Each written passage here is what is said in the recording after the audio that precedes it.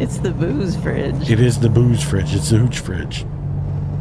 Yeah, it was one of those things where this is why I always tell you. This is why I always tell people, and I'll always say this out. Like, this will be one of my first pieces of advice. Always talk about issues you're having with a trusted friend or group of friends. Yep. Because you're not bitching about it. You never know when somebody's just going to say something fucking obvious like that you've overlooked. I just overlooked, literally, Harpy and I had 2 fridges when we lived in Oklahoma. The house we bought came with the fridge. And then we had our own fridge that we brought, so we just put the house fridge that it came with out in the garage. We had 2 fridges. And it's like we knew that was a possibility. It just didn't occur to me to get one, you know? So we just bought the one, and there you go. It was easy. It's been great, dude. No, it's been lovely. And it's like, I mean, ultimately, don't get me wrong, like, we had, I could go buy ice. We have a really good ice cooler from camping, and of course we have the cooler in the camper. We had many options. We were not up against the wall, but my dumb brain was having a panic reaction, and that little quick comment from Rizzoli was like, duh, of course, you fucking moron. Just didn't occur to me. Dude, my controller got stick drift. Oh, that sucks.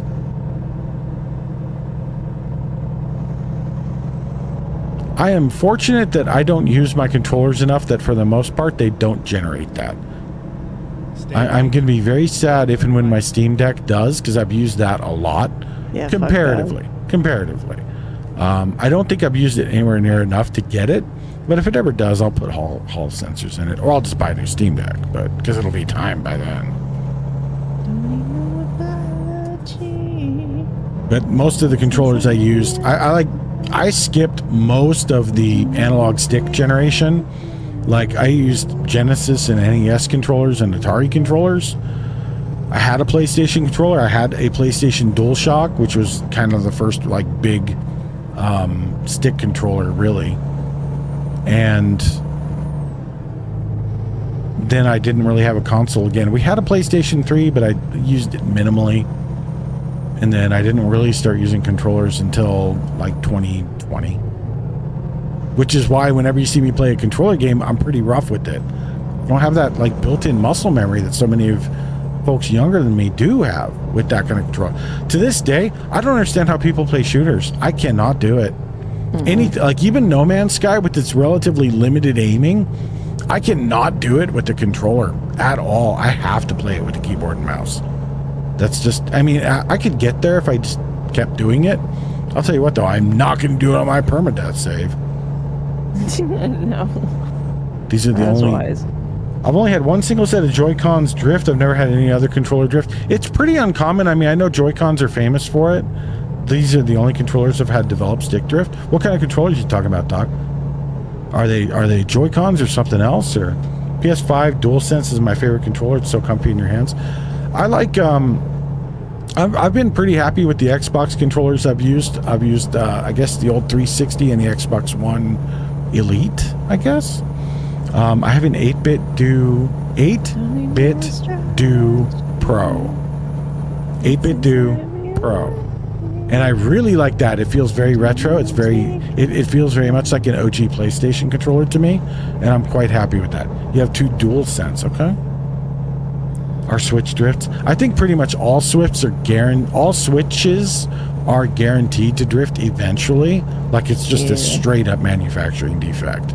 As I understand it. I say that I'm not a Switch owner. I don't know for a fact, but everything I've read about it or heard about it is that they are all going to develop drift. It's just a matter of when, which is based on your usage.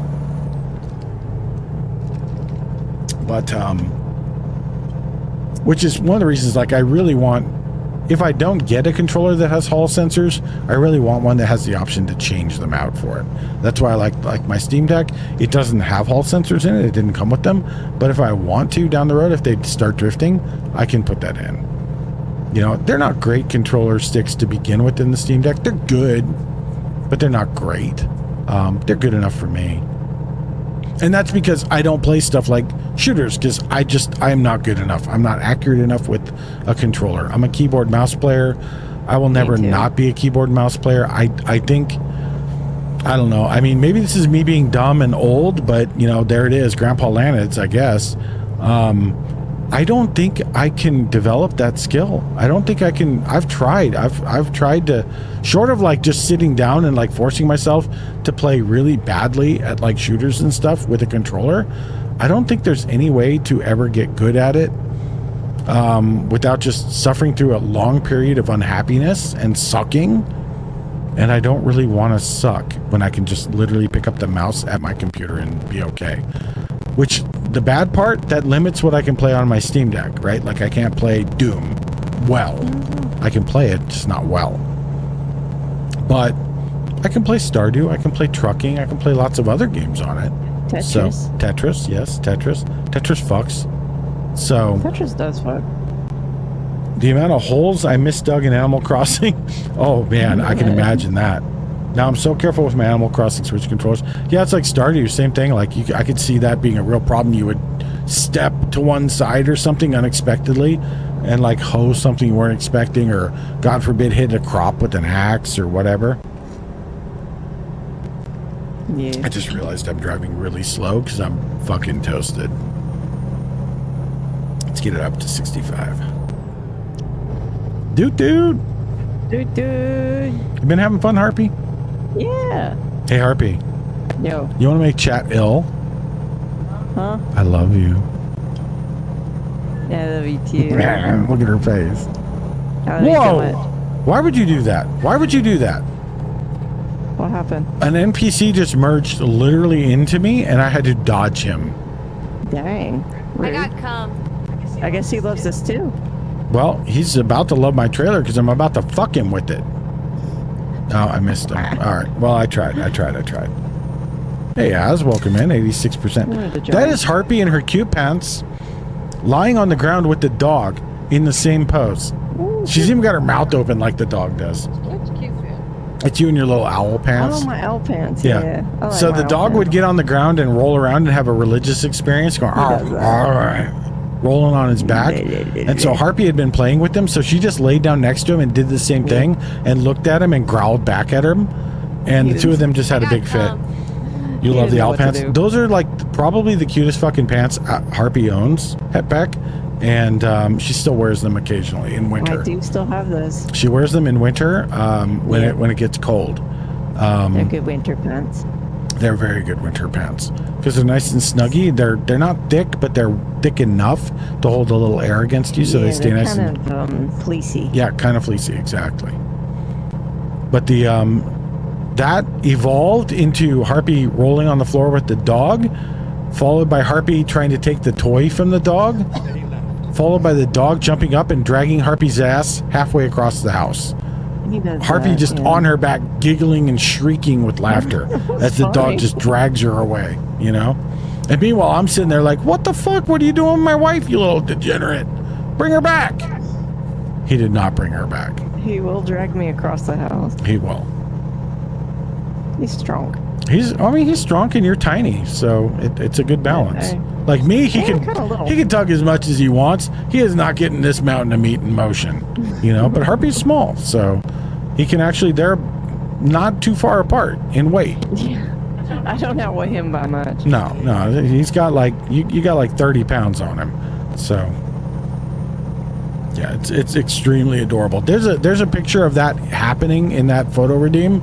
And there is a video of it happening as well, I will say. Not in the photo redeem. There is video of it, I'm sure I however. was drunk that night too. You were completely hammered, which is why there's video of it. And you were shrieking with laughter. So that's our camper. That's the ass end of our little camper. Our little scamp camper. Yeah, dude. And we were headed off to see the total eclipse. And we put that, I printed up that little sign to put in the back window. It says, "We break for totality." And we drove off across a couple of states from Oklahoma up, well, not a couple, I guess, literally a couple, 2 states, to go Oklahoma up into Missouri, up into Missouri to go across see it. Arkansas. And we saw it way up in the middle of Missouri. It was an amazing thing.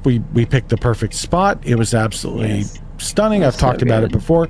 But so we put that, we brake for a totality in the window. The number of people on the road just blaring their fucking horns at us as we drove, because it was obvious, like we were traveling like a day or two before the eclipse. And so we're heading up into Missouri. Like, it's clear we're moving into the path of totality. So people are like, fuck yeah, they're going up to see the eclipse. They're traveling. And people were like hella excited about it. Coupled with the cute camper, we had so many people on the road make comments and pleasantly, like happily doot their horn, like, dude, we love you. It was really endearing, you know, like especially living where we lived in a very science adverse area and just brain adverse area. It was quite heartening. It felt really good, actually. It was such a cool trip. Yeah, it really was. Missouri mentioned. We mention Missouri frequently. I've talked about our wondrous time at the Ozarks National River Scenic Riverways, etc. Whatever. Yeah. Yes. It was great. Yeah, Blue Spring, absolutely stunning. Beautiful, our time at seeing totality, that was in Missouri. Driving around Missouri when I went there before Harpy, not before Harpy, but I went there to meet my father one time. And Harpy had to stay home because she had something to do work-wise. And he and I drove all up and down in the hills. We found some crazy, beautiful places. Missouri had a lot to say for it. A lot to say for it. I loved it. It was a great time. I just like when it's mentioned. The zoo fucks. I have not been to the zoo. My excursions were pretty limited to that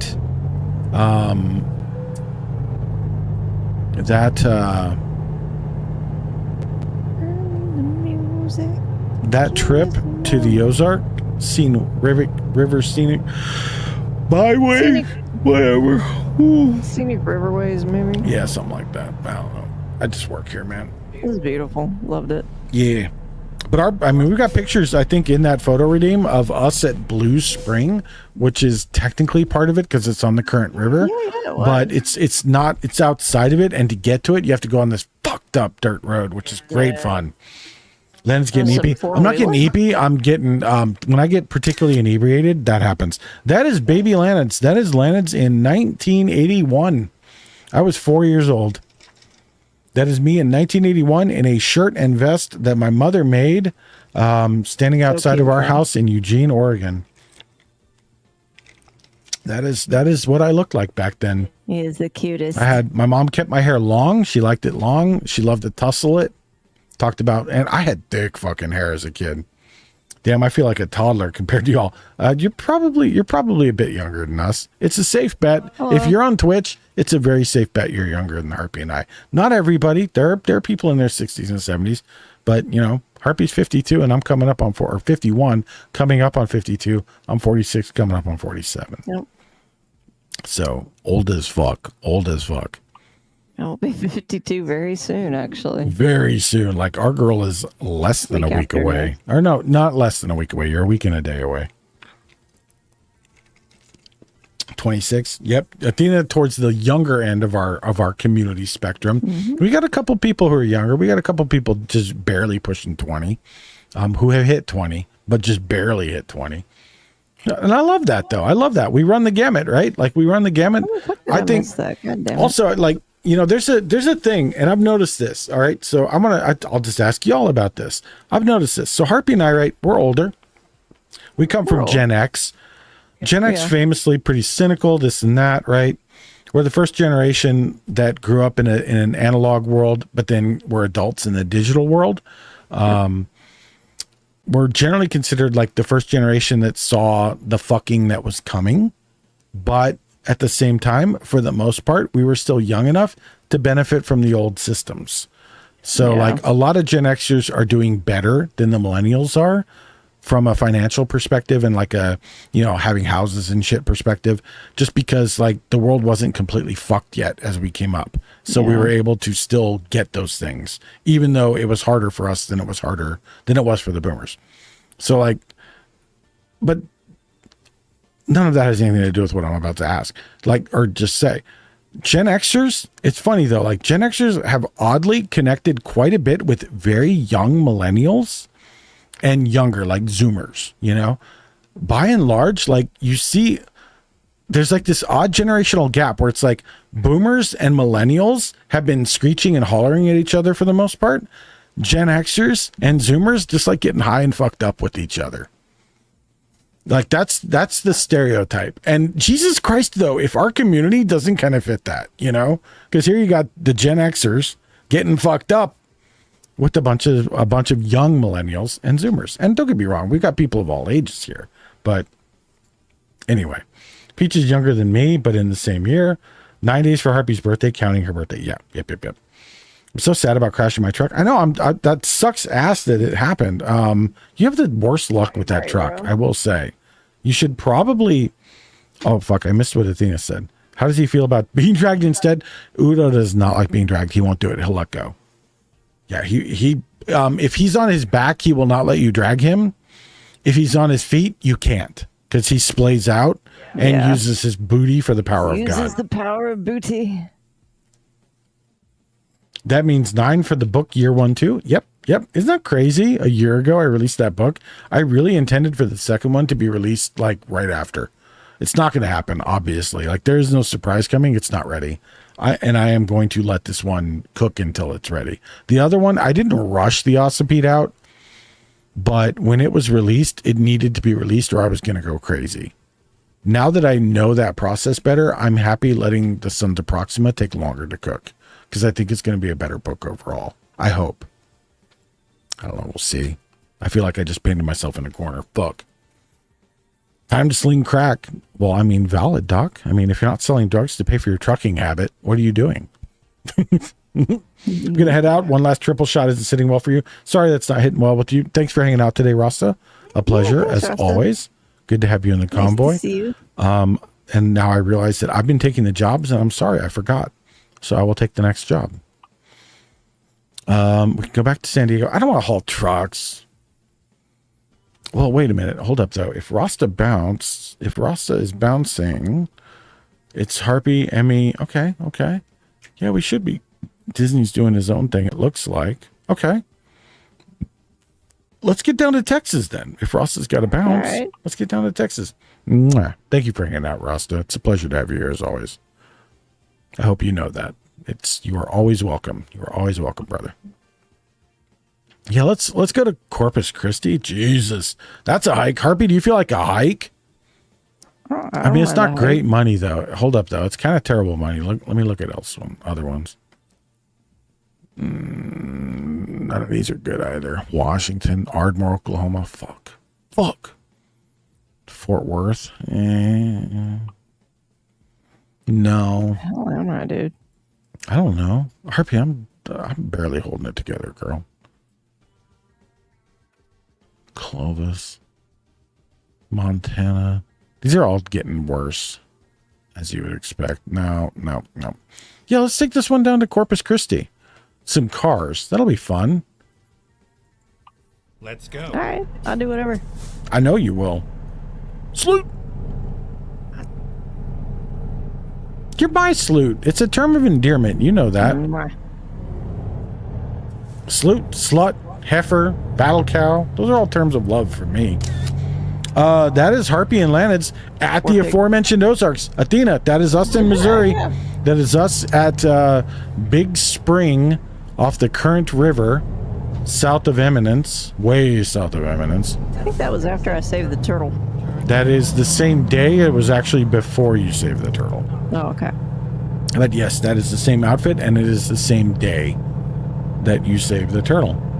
That's so Missouri in the nature too. Yeah, that area is it's a pretty developed park. It's like mowed and stuff, you know. But the springs are very, very pretty and very picturesque. That's, like I said, that was Big Spring, and then we went from there. We went and came across where Harpy rescued the turtle, and then went to Alley Spring, and then we went from there to Blue Spring. Stay left. And visited all of those.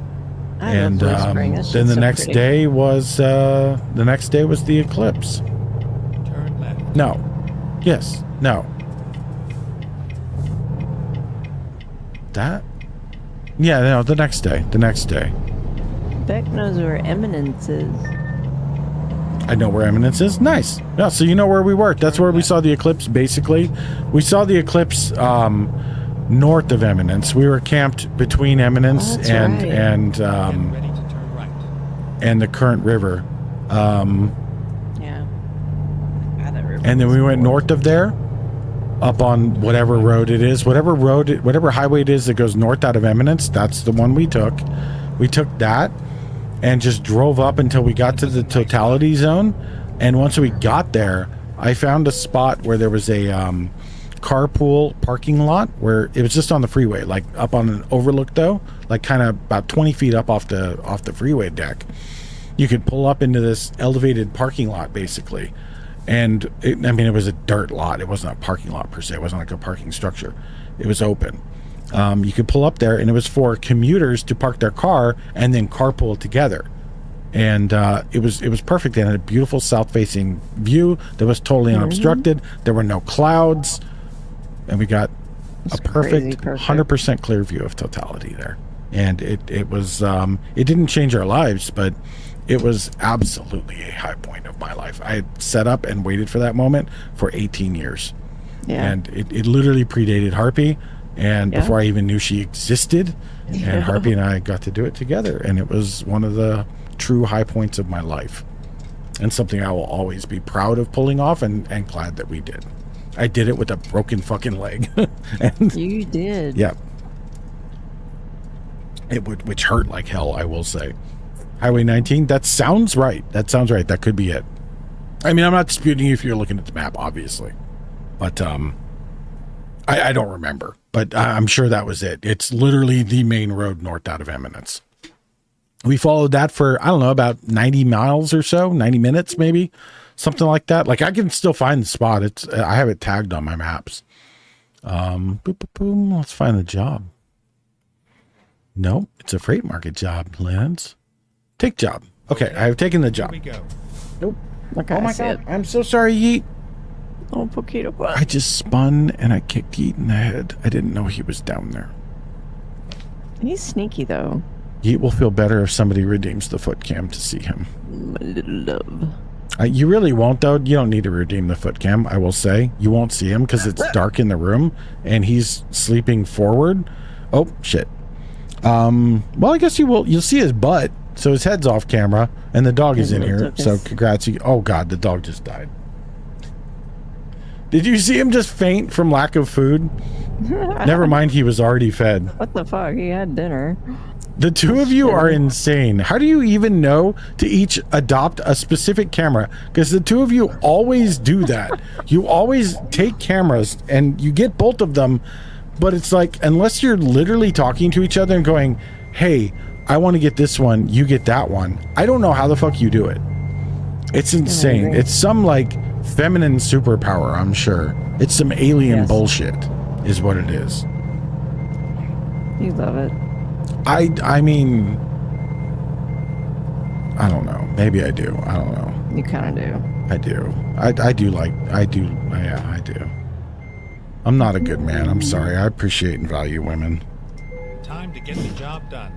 Sucks, but there it is. I said it. Not allowed. I said it out loud. I'm sorry. How dare. We're just sharing a cell. I see card. redeem and kick. Not. Yeah, fair.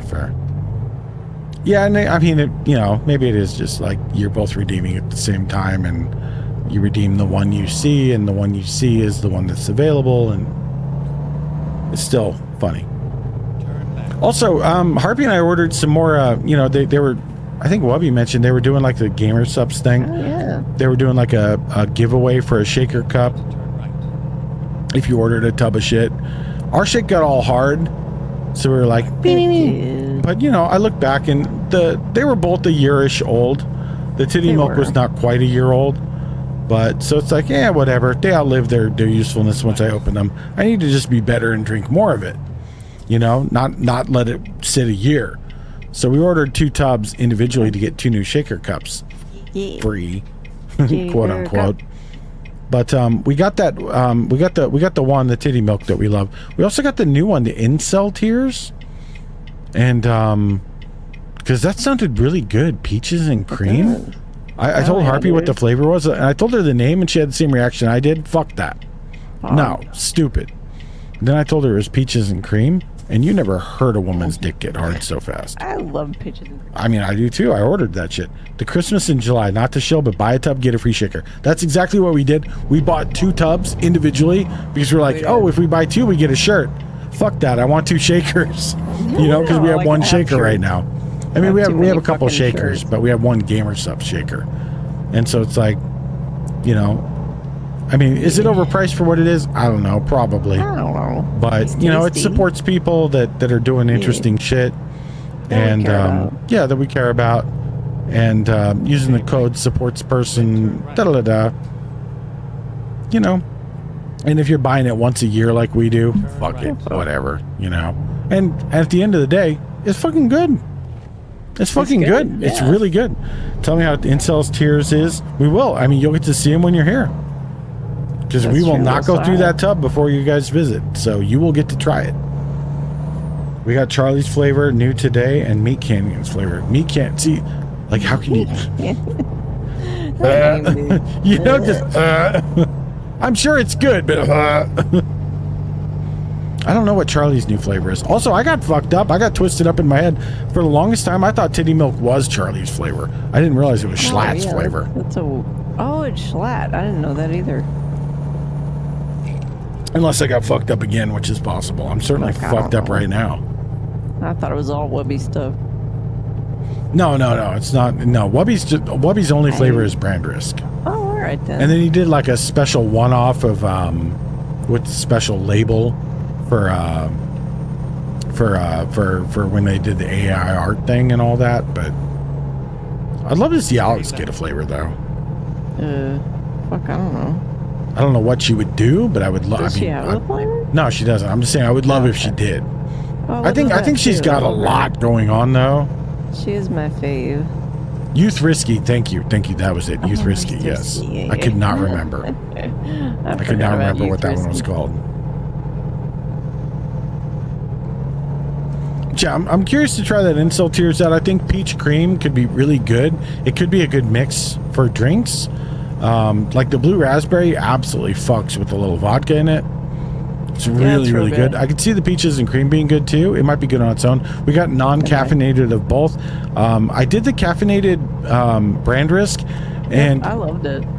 I liked the flavor well enough. The problem for me, I think, is that I drink a pot of coffee normally, mostly. Harpy drinks a big cup of the coffee, which is, you know, about a quarter of it.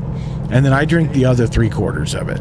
So piling Gamer Sups on that after already having that much caffeine every day, it just didn't taste good. It didn't make my stomach feel good. I didn't love it. So the next one I ordered, I did non-caffeinated titty milk, which I fucking loved. I could drink that all day, every day. It was so good. So this time we ordered non-caffeinated titty milk again and non-caffeinated brand risk. And we'll see not brand risk. No, not brand risk. Incel Tears. And we'll see how those are. And I want to do non-caffeinated brand risk because I think I'll like it more. I loved it. But I've hit a point where I'm not tired of mango flavor, but I'm ready for a break of mango flavor for a little bit. Fair. Which is why the peaches and cream sounds great, because peach is one of those things I don't get tired of. Obviously, since I've been a sub for a couple years. Yes, that was the segue. Charlie's flavor is strawberry kiwi, and meats is watermelon cantaloupe. That meat flavor could be really good. I mean, strawberry kiwi, classic. What's not to love about it? Don't need to say anymore. But watermelon cantaloupe, that could be really good. Dude, who's watermelon cantaloupe? That fucks. That's Meat Canyon. Oh. On my whole soul, titty milk tastes nothing like blue raspberry to me. It tastes like creamy, slight coconut, delicious flavor. So I'm gonna disagree on the coconut. I agree with you that it tastes creamy. Absolutely. I agree with you that it does not taste like classic artificial blue raspberry. 100% agree. Yeah. It does not. Sure. I think the milkiness to it throws off the blue raspberry greatly.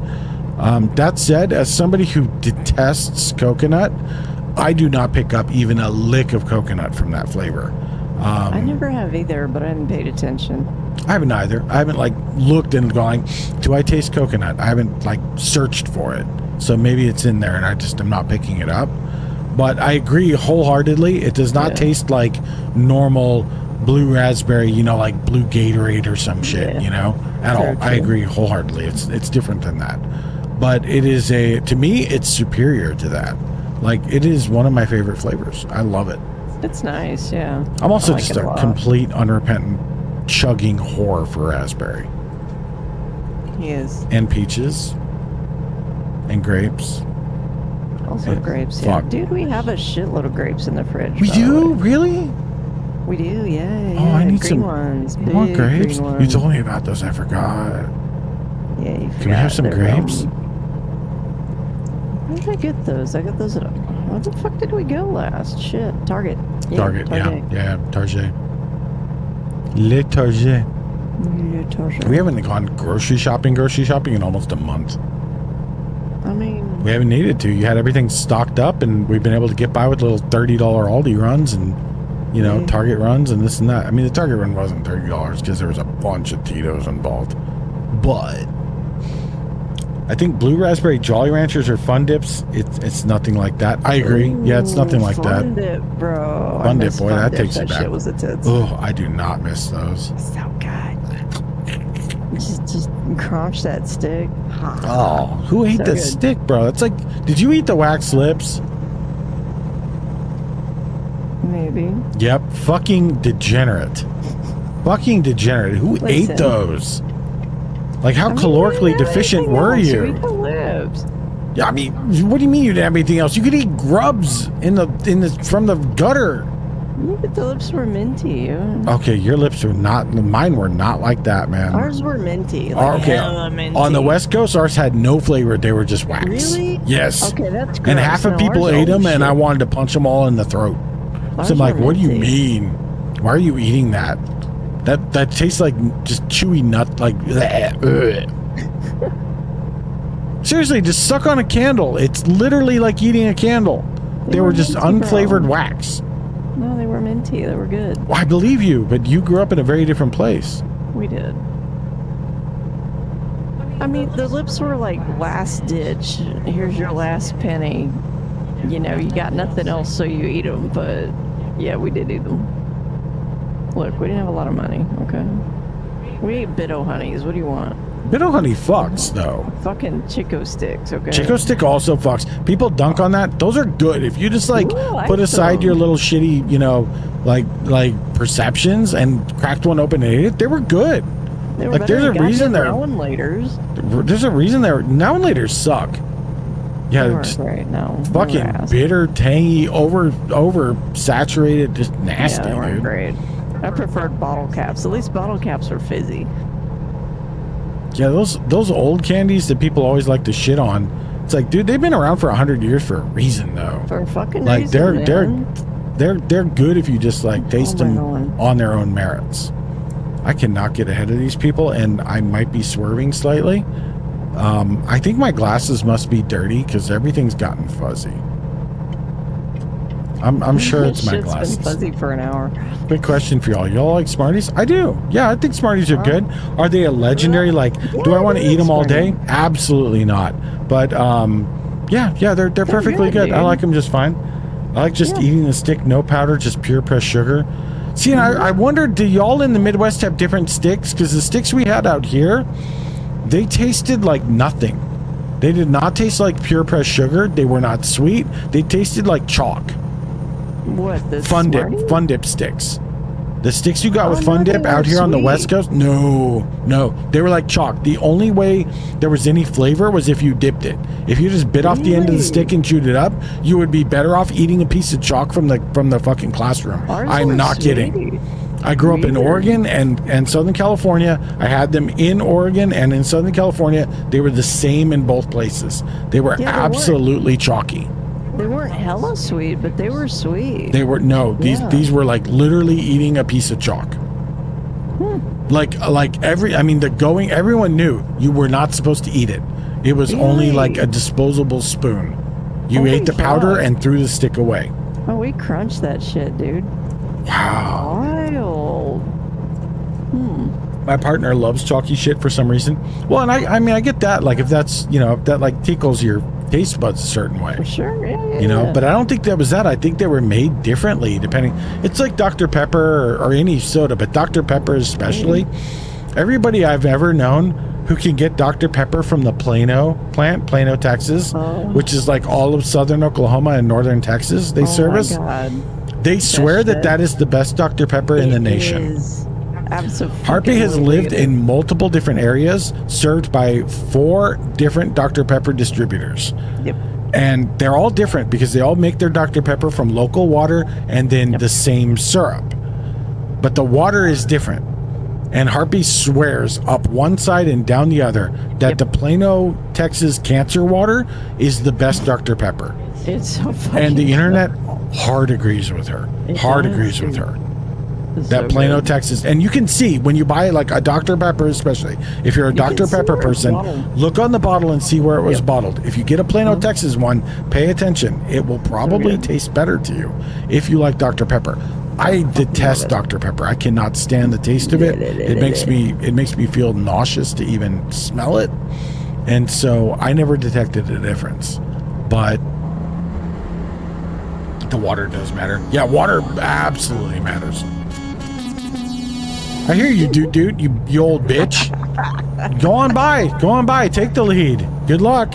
Lead the path, Harpy. All right. How the fuck do we have 800 miles to go? Shit. I don't know. Jesus Christ. Who took this job? This is a long fucking job. What kind of asshole took this one? Uh-oh. Oh, I gotta pee. I think, you say you gotta pee? Yep. Well, I mean, go pee. No, Pull over. When we get done with this job, though, I think that'll probably be our final job. I mean, this is gonna be like 40. This is gonna be 40 plus minutes. Athena, thank you for gifting a sub to Beck. Venus, why you do that? So don't you do that? That is not allowed. You save that for when we're subatoning, if we subathon. I don't know. I don't know where we're doing. Minoc and I were talking about that, and I was telling Minoc about how, like, I really struggle with the idea of a subathon. Like, as much as I find the idea of doing one, like a broken subathon, to be really fun. I really, really struggle with the idea, because it's like, who the fuck am I to ask for people to contribute money for anything? You know? Like, I just, like, what gives me the gall to say, hey, give me more money and I'll stay online longer? Who the fuck would I mean, you know what I mean? And I'm not fishing for people to compliment me here or anything like that at all. I'm not. I swear to you, I'm not. But that little voice in my head is a big part of the reason that I'm struggling with the idea of doing any kind of subathon scenario for the affiliate anniversary. Athena is cute, I will say. Couldn't let my Dr. Pepper sister get ads. Valid. Dr. Pepper fucks. I won't shame anybody who likes it. It's just not my flavor. It's not my flavor at all. But, nothing against it. I was never into Big Red, but I know people loved it.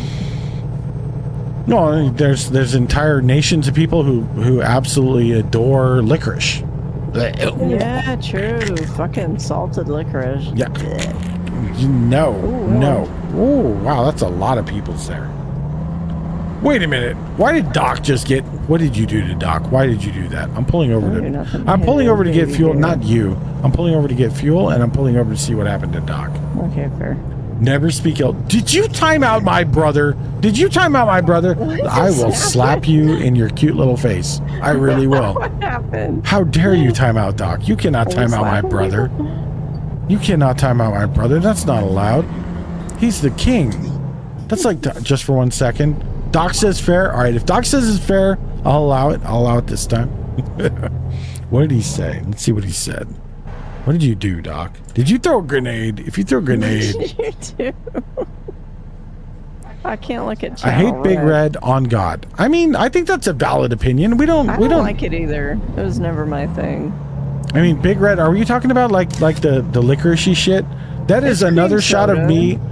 It's just cream soda. Okay. That is another picture of me with the dog's hair on my head as a toupee. Yep, and I'm duck facing a little bit because I wanted to be funny. It was hilarious.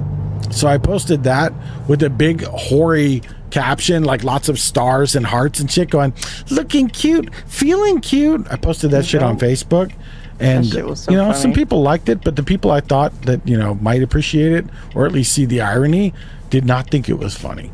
Did not think it was funny. I routinely offended those people, and I'm very glad for that. I'm very glad for that. That was the point. I love Big Red and Big Blue and cream soda, but I can see how people don't like it. I like cream soda. I don't know that I've had Big Red. I probably tried it, but I don't remember it. A&W is pretty good. Their cream soda. I never cared for Big Red. Cream sodas are good. Root beer, nope, I fucking don't love like root beer. dude. Stay left. Never liked it. Then turn left. Gib. I mean, maybe I'd feel better. I like A&W burgers. I'll say that. First burger I ever had with mayo was A&W. And I was like, oh, what is this? I know, Harpy, we have burgers in the freezer. I took the wrong road. And I could make them on the grill, girl. Are you offering burgers?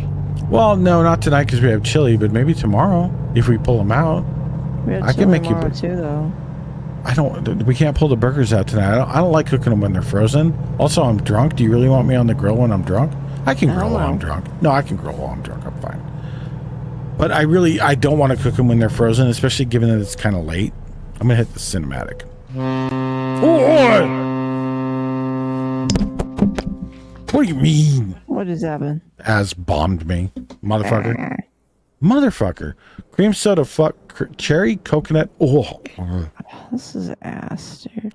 Those are, I don't like coconut. And if I mean, I'm not saying that you're wrong, that it fucks, that it sounds ass. Oh, I agree with you that it sounds ass. So coconut, I don't like coconut. Cherry, I think I've told the story before, but I ate bad cherries when I was a little guy. And I became violently ill, badly ill, like world-endingly ill. Horror scene in the bedroom where I threw up ill. And then I ran through the house doing it the whole way until I made it outside ill. But I've never been able to eat cherries. And I grew up with cherry trees in my yard and could eat them and love them. I adored chugging on them. To this day, I cannot eat cherries without feeling sick to my stomach. It's a purely psychosomatic thing, but there it is. Cream soda, I mixed it with vodka and ice cream once, and it was decent. I could see that being good. And what? Ice cream. It would be kind of like a White Russian, you know, with the cream. That would be good. Yeah, I'd try that. Yeah, I would do that. I would absolutely do that. Me. Oh, fuck me. I had regular when I worked at Sonic who would mix Big Red with blue coconut and sweet cream. Okay, that's just further proof that sometimes Sonic people are fucking weird, dog. Sonic people are fucking weird. Like some of them are not okay. Not okay at all. Not the workers. I'm talking about the people who patronize the joint. We had bad luck at Sonic, notoriously. I got sick. We got some food poisoning. We got food poisoning like 4 times from Sonic for both of us. Yeah. And I got sick almost every time I ate at Sonic. Almost every single time. I had terrible luck with Sonic. I mean, I liked it. Like the burger was okay. The tots were divine. God, I love their burgers, dude. But the getting sick part sucked. Which is funny. Like one of the people I knew who I worked at the bank, his wife was, I don't know what her title was, vice president of quality control, basically. She was in charge of quality control and standards for all Sonic. Jeff. Are you remember you shitting me? Yeah, Oh you my remember God. Jeff, right? I remember Jeff. Yeah, Jeff, his wife. His wife Fuck, did dude. QC for all of Sonic nationally. Girl, you were bad. Yeah, and I might have told him that. He didn't find it quite as, interesting as I did. But, I was like, I'm not shitting on your wife. I'm just saying, step it up, bitch. Step it up, bitch, because I've gotten sick every time I've eaten Save there. us, Jesus. So, he was a good guy, though. I mean, he didn't like, He was I mean, he alright. took it in the spirit. He also left in a way to completely fuck over that bank I worked at, which I found very gratifying. I was like, hell yes, dude. Leave and fuck them. Take their customers, which is what he did. He left and took a bunch of accounts with him. Oh, well. Sucks to suck, Just right. Mm. I'm a normal Sonic person with vanilla Dr. Pepper. See, that's totally valid. That's totally valid. I was just a plain old, like give me the Coke Zero, maybe a little hit of vanilla if I was feeling spicy. That was it. Sonic food was ass. I liked some of it, but for the most part, I didn't think it was worth the hype. The drinks were good. Yeah, the drinks were good. The especially were the tits. Dude. Especially, you'd see people like going and hitting them there in the happy hour, and it was whatever. I don't remember the prices or the sizes or whatever, but it was a big fucking drink for like $1 or under, and good ones. They always had really good drinks, so it's like it was good. It was nice. Yeah. Like for that, it was great. I just hated getting sick when we would eat them, and it was like across so many of them that happened. I tell my family not to ever get stuff from Sonic except, oh my god, chili cheese tots. Yup. Oh shit, what is it? Fucking A. And Chunkus played "Aw Shit What I Say" from you, Harpy. Right as you said that, could not have been timed better. It could not have been timed better. Yeah, the chili cheese tots, we still make those to this day at home to recreate Sonic chili cheese tots, and I feel we've got a pretty good approximation of them. Oh, cool. That guy just ran the stop sign and hit me. That was lovely. Kill him. Cost me $900 in an insurance hit. I appreciate that. Asshole. Fuck stick. Absolute degenerate, stupid, blind motherfucker. Sonic near me are exceptionally shit. Some of the drinks are half decent. Yeah, that was our case in Southwest Oklahoma. Love chili cheese tots. Yeah, the chili cheese tots. Chili cheese tots are the best, dude. Oh my god, y'all are killing me. I'm so fucking hungry now. Yeah, me too. I've been hungry for 6 fucking hours. I know lunch did not go far. It did not. And it's not like you had a small lunch. You had a huge bowl of cereal. I did. And I had 2 big fucking hot dogs, but... It was keto cereal, Chad. Don't worry. Yeah, it was ketos. I got the munchies bad. Doc, thank you. That is my issue. I got the munchies. Bad. Turn left. All I have to make is elote. Well, I mean, some elote sounds pretty fucking good, though. I won't lie. Did you say elote? Because I fucking love elote. Harpy do love elote. You want to get right into Harpy's heart? Make that bitch some elote. Gib. Yep. She'll kiss you. She'll kiss you. High, low. She'll kiss you. Gib. The only time not going to Sonic in the bit of town, I might get a shot in. I got a tick because it was the middle of butt fuck. You got a tick? Fuck that. I've had 2 ticks in my life. They were both from the same trip. And Harpy and I went camping. We were gonna go camping with the dog and her parents. And her parents are like, yeah, we're gonna see you there, and da. We can't wait. And then we're waiting around the campsite for like 12 hours. And we call them up and we're like, hey, or not call them up. We like message them like, hey, what's going on? You guys coming? Yes, some stuff came up. We're gonna leave in the morning. We're not gonna make it today. We're like, okay. They're a couple hours away, but we're like, well, okay. So Harpy and I ended up watching Wubby and Alex, which is kind of cool. We did. We watched Wubby and Alex at the campground on our little tablet. Yeah, tethered to a phone. And it was cool. That was cool. So, we spent the night. Got up the next day, and we're like waiting for them. We get to about 4:00 in the afternoon. We're like, hey, you guys coming? Oh yeah, sweetie, we're not coming. We're not gonna come.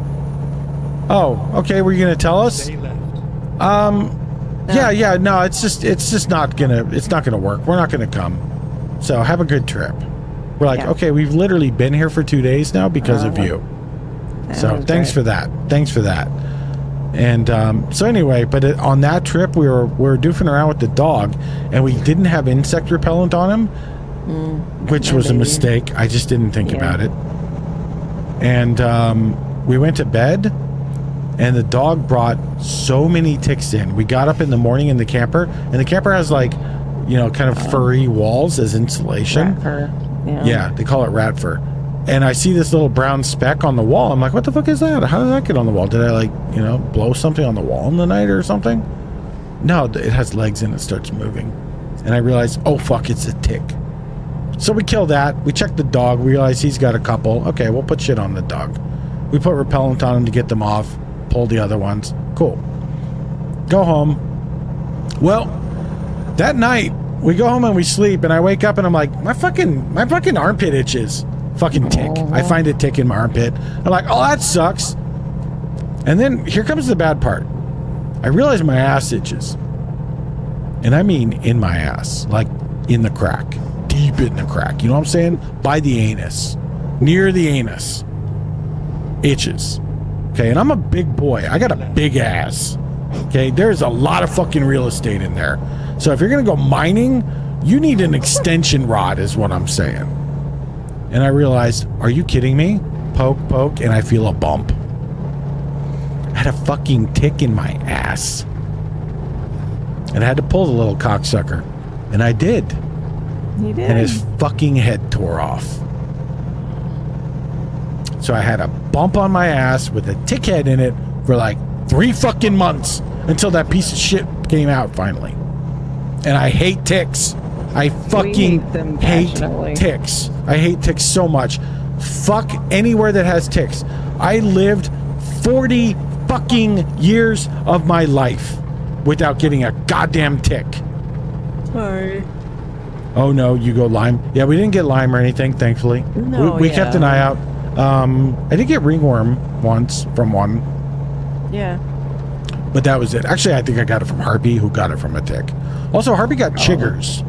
Really bad. Same trip. Fuck them chiggers. That was the Missouri trip, dude. Yeah, but you got them twice. You got them that trip too. That was after. Yeah, because that was after the Missouri trip. And you got them again.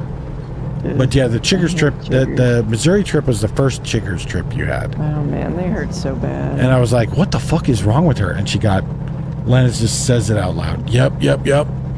That's why I enunciated it very carefully. Yeah. That is what they're called. That is the name of them. They're terrible little bugs that embed in your skin, and they suck. They are horrible. They itch so bad. The only way to get rid of them is to put a thing on them that seals them in and kills them by suffocation. And asphyxiates. Because they burrow into your skin and nest and eat there. It sucks. The only thing worse I've dealt with is fire ants. Oh, okay. I see what you're saying, Athena. I didn't see your thing. What's a harvest mite? Google's the other name. Yeah, that makes sense not to put that. Well, that's what they're called. Really? So they have another whatever. name? I never knew. Yep. I mean, that Thank you. Suffocation, no breathing. Exactly. Yep. Oh yeah, you do need to be careful with that word. It's pretty clear, I think, given the context that we're talking about burrowing insects like ticks. What we were talking about, that we were not using a racial epithet. I think that's pretty obvious. We wouldn't do that. So no. I only use that word in private when I'm screaming at Harpy and calling her one of them. So. I mean, obviously, right? So anyway, I already got a mouthful of ice this time. No, fire ants were worse than the chiggers because they itched and hurt. Fuck that. I'm fortunate I didn't get that. I will say that, half a dozen yellow jacket stings hurt a lot more than I thought it would.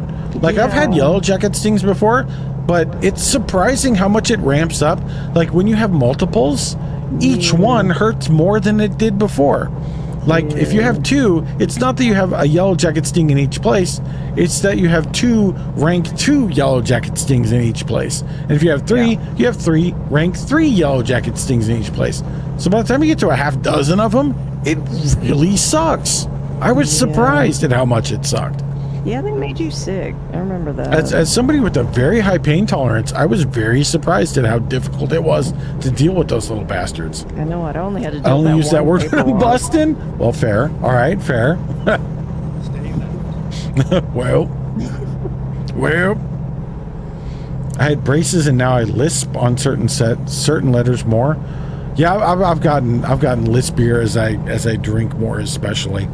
I don't have too bad a one to begin with, but as I drink more, it gets more and more pronounced. Fake Tesla. Huh? Fake Tesla? Fake Tesla, yeah.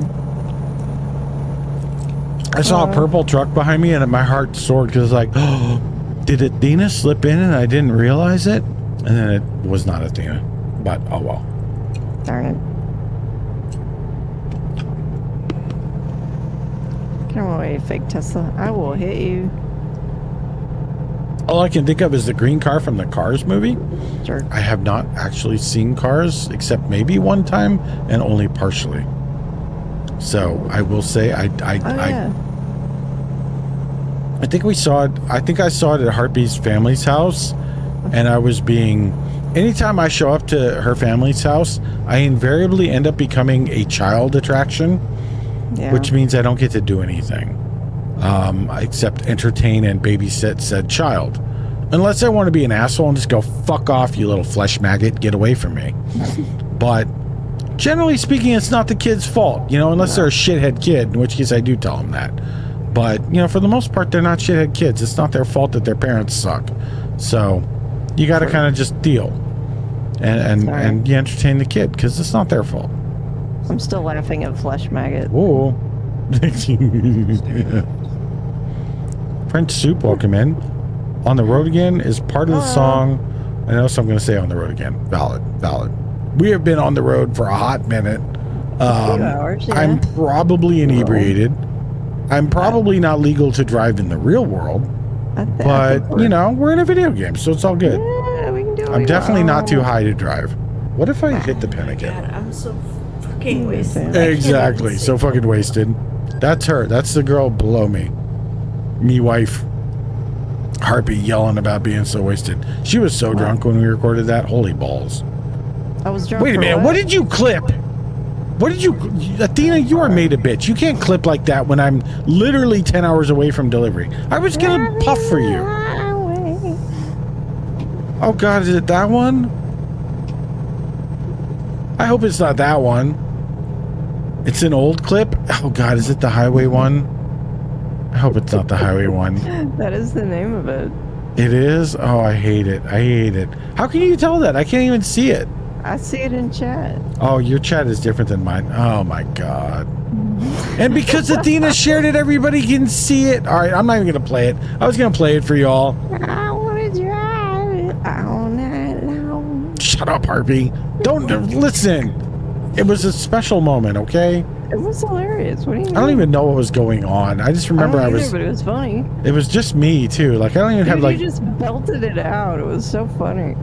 Man. Like, out of nowhere. Girl. It was beautiful. Where are you going? I don't know, honestly. I don't know where I have 7 hours. That's all I know. Yeah, I don't remember. I've got 9.5 hours. I'm going so slow. I'm going somewhere. Does that help?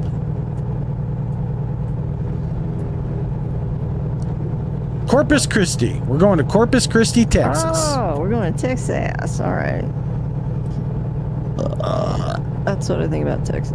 Yeah, for the most part. I mean, the map is really nice. I definitely didn't ask Bobby how she takes audio out of clips, so I can save the audio for later. You are made of bitch.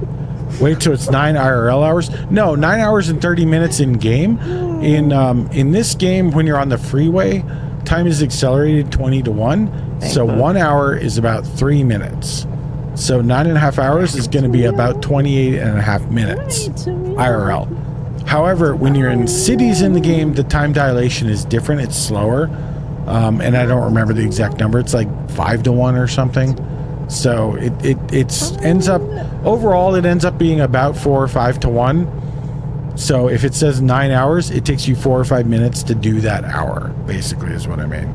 So we're looking at, 36, 45 minutes to deliver this load. Yeah, exactly, Beck. Thank you. Of course, you get ads as soon as you ask. Fuck. Right as I explained it all. Well, that is the curse of ads. I gotta say, I'm kind of astonished at the ads have, I don't know what it is. We've been streaming trucking streams and stuff lately, but the ad estimate has really like crazily increased. We must have had a lot of non-subs looking lately. Stay right.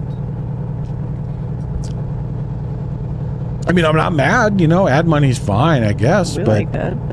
I just hope people aren't getting like crazy. You didn't tell me it was going to ads. Yeah, I didn't see one, but it could have been who knows? It's Twitch, so I gave up trying to figure it out. My ads are just set to whatever Twitch recommends, which is 3 minutes per hour. And it just plays them when it needs to play them so that people shouldn't get pre-rolls. Because that's what I want to avoid. I want people to be able to click the stream, come in, see if they like it. And then they get ads periodically. The ads were sporadic before I got sub. Yeah, it should play twice an hour for a minute and a half per go. 2 runs, 1 run every 30 minutes for a minute and a half for 3 minutes per hour. That's what it should be doing. But obviously, I mean, I can't watch it, so you did get pre-rolls today. Depending when you came in, you'll get pre-rolls if you come in early.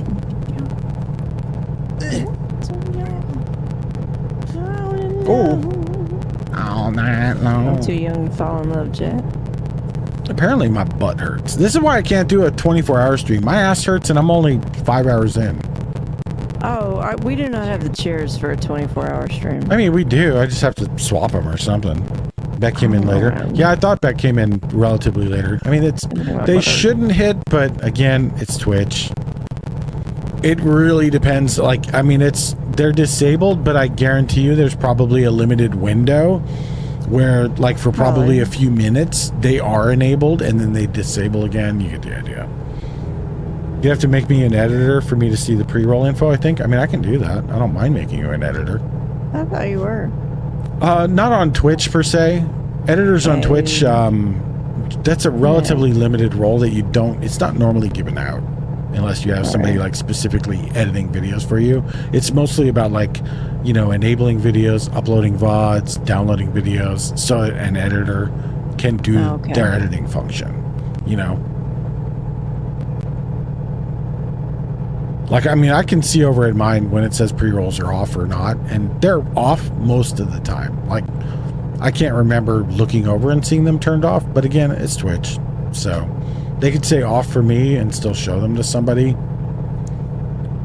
Editors can change certain things for you. They can. Editors have a lot of control over the stream, far more than moderators. They can actually get in and change like pretty detailed settings. They can screw with some of the core aspects of the channel, which isn't to say like I don't trust Athena with that. Of course I do. But DNTA. Well, no. I mean, DNTA in games, but obviously I trust Athena. She's my moderator. She's my 7TV moderator. She's a mod on the Discord. They can raid you out to. Yeah, they can do more, a lot more. They're basically an editor can do everything except go live, basically. Okay.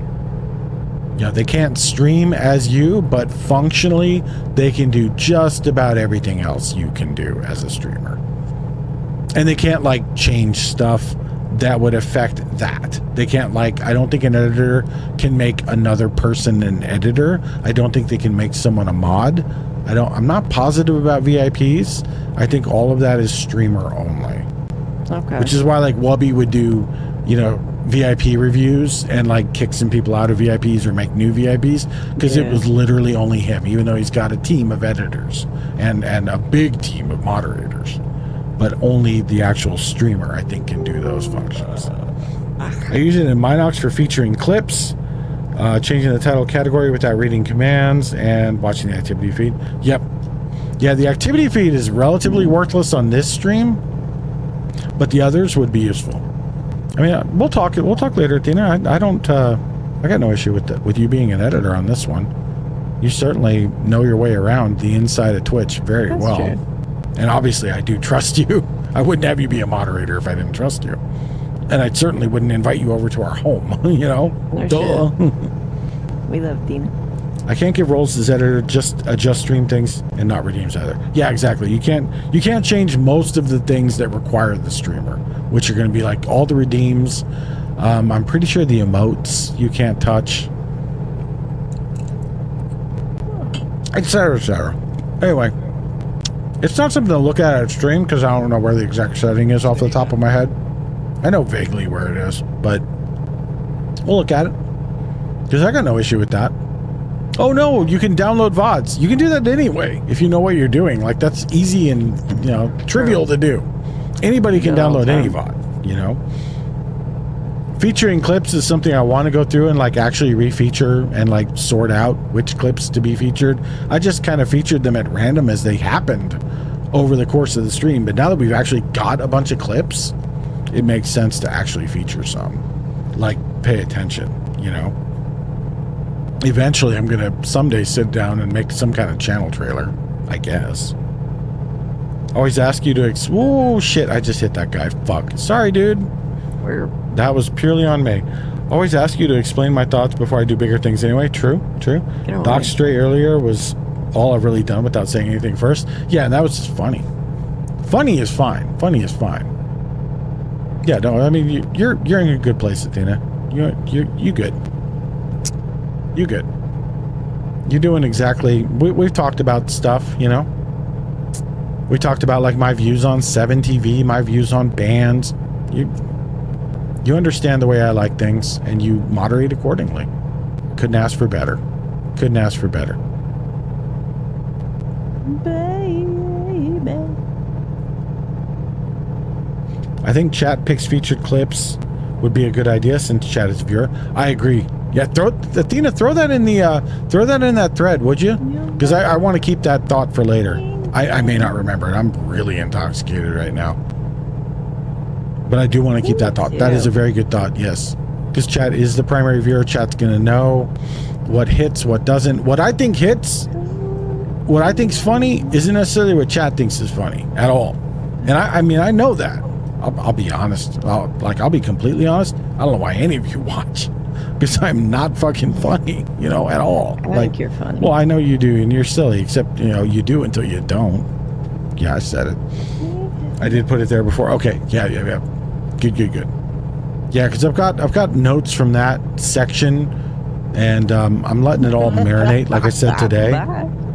Hello. I'm letting it all... What did you do? Did you just murder a cop? I didn't murder anybody. I just kind of went shooping around a dude. Okay. And then maybe some... Yep. Yeah, I'm letting all that stuff marinate around in my foolish head, Dina, to see what ultimately we end up doing. I don't know. I don't know yet. Like I mentioned at the beginning of the stream, it's really hard for me to accept the idea of doing something like a subathon, because the subathon is inherently you going, money please, and like, who the fuck am I to ask anybody to donate money to me? That's my job. You know? Well, it's your job at that company. Sure. Money, please. I mean, they better give you money, please. You won them like fucking $5 billion plus dollars today. So, not today, this year. So. What? I'm saying you're worth a shitload of money, and they better make it rain on you. All right, or I'm going to go down there and take a fat shit on some certain muskrat's head. Word. But. Down and cry. What was I saying? Money, please. Yes, I know. Anyway, yeah, I went over all that with the subathon idea. It's a good idea, and it can be done. It's just, it's hard to balance it between having, you don't want the dollar amount, like, you know, dollar per hour too low, because otherwise you literally end up streaming forever and making $50, which sucks. Because it is an inconvenience. You have to put your life on hold to do that. There's a lot of things you can't do. Word. And like in my case, I'm talking about potentially streaming 6 hours a day from the time I drop Harpy off to the time I have to go to pick her up, you know, which is 6-7 hours a day. That's the longest block of time I have. I have a couple hours in the morning at most before I have to take her to work. I have a few hours in the evening after I get her back from work and we eat dinner. Yeah. And that's if I want to give up my time with her, which my time with Harpy is very limited. So I really don't like giving it up. Like, I'm very protective of my time with her. Harpy and I are very, very fixed at the hip. You know, we're very we're a very couple-oriented couple. We do everything together. Call it codependent, call it whatever. I don't give a fuck. I don't know what it is, but that's just how we run. We do everything together. We've always been that way. We have, since we first got together. And so, I mean, yeah, she could stream a bit with me here and there on like a subathon, but at the same time, she's going to be at work every day. Girl just wants to recharge. You know, she doesn't want to be on camera, doesn't want to be just hanging out. She wants to sit out there and vegetate with me watching The Sopranos. Vegetate, bro. So that 6 hour a day window during the day is when I'd have to do it. But if you're only charging a little bit per, you know, if it only takes a sub or 2 or 5 to go for an hour, all of a sudden it doesn't take that many subs to add a day, quote unquote, to the subathon, and you're streaming for a very long time with no end in sight. That can become problematic long term. You know, there's a limit to how many days in a row you can do it. On the other hand, if you set it too high, you're just being a greedy bitch and nobody does anything at all because why the fuck am I going to sub to you if it only has 5 minutes? You know, it takes me 12 subs, you know, motherfucker, that's $72. That's $72. I'm not paying $72 for an hour of you. What makes you think you're worth that? Which is valid, because I'm not worth $72 an hour. So it's a balancing act. It's a balancing act. And I don't know what the balance is. And if you guess wrong, the subathon fails one way or the other, and it feels bad.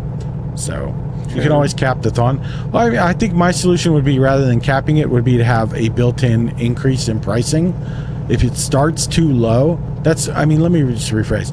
One of the things I've been thinking about is having an increase in cap.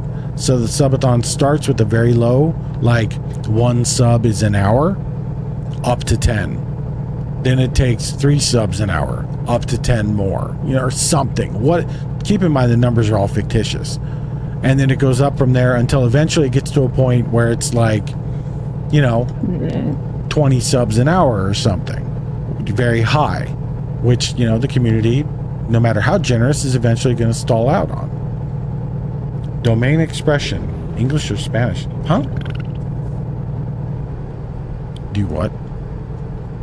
¿Por qué no los dos? ¿Por qué no los dos? ¿Dónde está la biblioteca? That is the only Spanish I know. And you know ¿por qué no los dos? Also that. Nope, I do not know what that is specifically referencing, Chunkus. The domain expression part seems familiar to me, but I don't remember.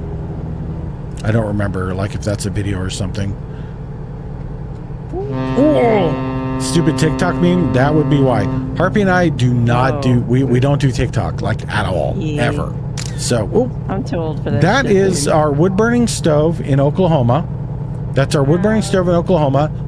This is during a winter power outage. That is the lamp on the left is an kerosene-fired oil lamp, you know, and then some candles on top, and our wood-burning stove, which we were using to keep warm. And it worked like a charm. With no power, we were fine. They're good.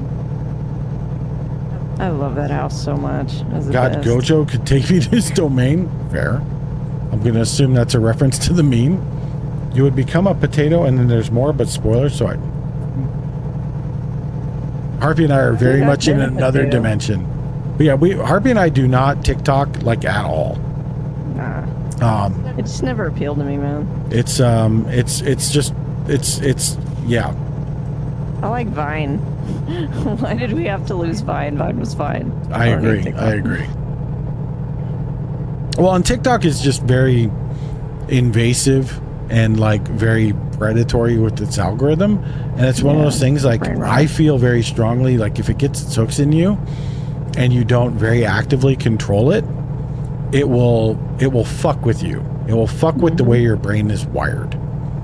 And, you know, stuff like that, anything like that, Facebook, TikTok, social media of any kind, Twitch, any of that shit can rewrite your brain if you let it. And I think a lot of these modern programs, these modern services are written and built in a way to beneficially rewire your brain to want more of them. And I know myself well enough that I don't want to engage with it because I don't want to over-engage with it, you know, without knowing where it's going to end up taking me, to what content it's going to take me. I've seen, you know, you get the idea. So we just don't engage. We get enough bullshit out of Reddit to laugh and have fun. And Harpy and I, for the most part, our conversations they're different. We still communicate in a different way, not so much in more modern, meany ways, you know? Ooh. I appreciate the no more spoilers. I only finished the first season, but holding off season 2 because everyone says they cry at the end. Oh, of the anime, I got you. Now, Jujutsu Kaisen I've heard of. I don't know it, but I have not seen it, but I have heard of it. Domain expansion is an ultimate technique. Gojo forces information into your brain. He pulled out half a second domain expansion, and the people in it were hospitalized for 3 months. Gotcha. So it's his ultimate. I got you. Stay left. Question everything. Valid. Just don't be a dickhead while you do it. But yes, Word. Valid.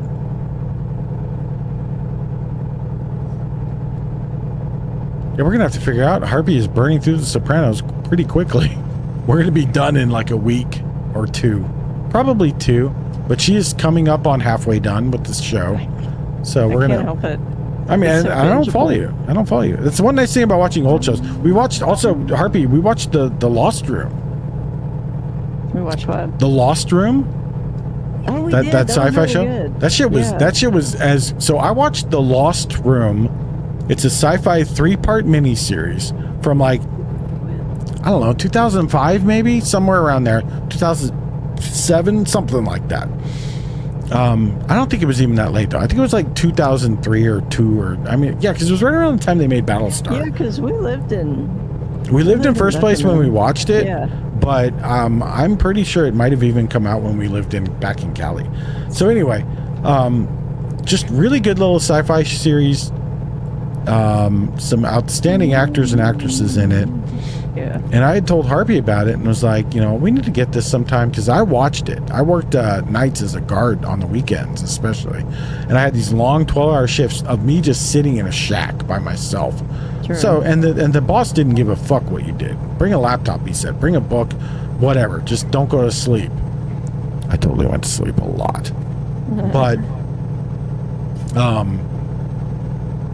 so I would bring a laptop with like DVDs and shit because I had a DVD player on the laptop, and so we would watch whatever, you know. And in this case, we had Netflix. I got The Lost Room, and oh my god, I fell in love with it. And then Harpy didn't really see it. I think I might have showed her a little bit of it, but for whatever reason, she didn't watch it back in the day. And so we were talking about it. I'm like, fuck, I got to get that. We got to watch that again because I haven't seen it in 20 years at this point. I want to see if it's still good. It's still just as good as it was. Like, it sucked you in, right? It was good. Yeah. Yeah, I mean, it's a good little story. I think at the time it just struck me as too heavy, and you know how I was. Yeah, and it's not really that heavy, not at all. Like, I mean, it's heavy-ish, Not now, but no. it's a pretty cool fucking story.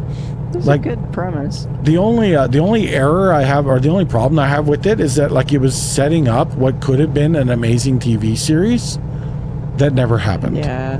But if you've ever seen the sci-fi show Warehouse 13, very similar vibes in a lot of ways. That show. Very similar to like, you know, it's all about like objects and mysterious things and stuff like that. Oh shit, I am swerving everywhere. Multiple oats, but one in the past you can go as on domain expansion. Okay. Basically an orb with your personal technique in it that has a guaranteed hit effect. One dude is a volcano curse, and his expansion is 1300 degrees centigrade, so most people just melt. Oh shit. if I had $1,300, I would have a cube of tungsten just for lols. I mean, tungsten is pretty cool metal. It really is. It's neat. I would want a smaller cube of osmium, personally. Just as one of the densest elements. I think it would be neat to give somebody a cube of osmium and have them go, oh, what the fuck? What is this thing? Because it almost feels like black hole metal or something. It's so heavy. And if you've ever picked up a block of even just like aluminum, which is a light metal, you know, a block this big is like 30, 40 pounds potentially. You know, I mean, not that, I don't know. That's probably more like 15 or 20, but it's pretty damn heavy. And osmium is crazy heavy. I think that would be neat.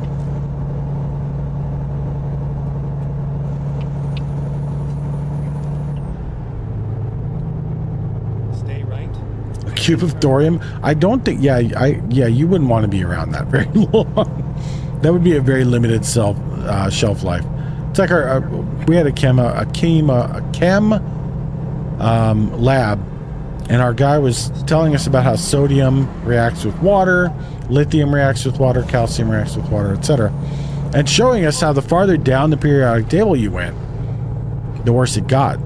So I was like, what happens if you put cesium or francium in? And he's like, well, first off, you'll probably die of cancer because they're highly radioactive elements.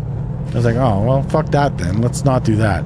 He's like, yeah, but if it didn't, the explosion would probably kill all of us. Oh, okay, cool. Yeah, let's stick to sodium then. Let's stick to sodium. Still very dramatic. Very dramatic. Yeah, cesium-137. Fuck that, dude. Can you, that shit, it does not take much of that in a big vat of water to create a very significant boom. It is just virulently reactive with water. It does not fuck around There is a lot of latent power in those ions. Stay right. Very common thing. Ooh. Very common thing for ADHD people to have debates about how thorium is better than uranium or plutonium for pretty much everything nuclear. Really? I had not heard of that. It all matters based on what you're trying to do, you know? I mean, the ultimate thing that matters is the daughter rate of various elements, which is different depending on the type of bombardment you're doing and so on and so forth. Stay left. But, trying to get over here. Get out of the way, motherfucker. But I couldn't tell you which one's the best for which scenario at all. I'm going to assume that the actual nuclear scientists have good reason to pick what they picked, though. I will generally side with science over armchair theorists anytime. I say that as a dedicated armchair theorist.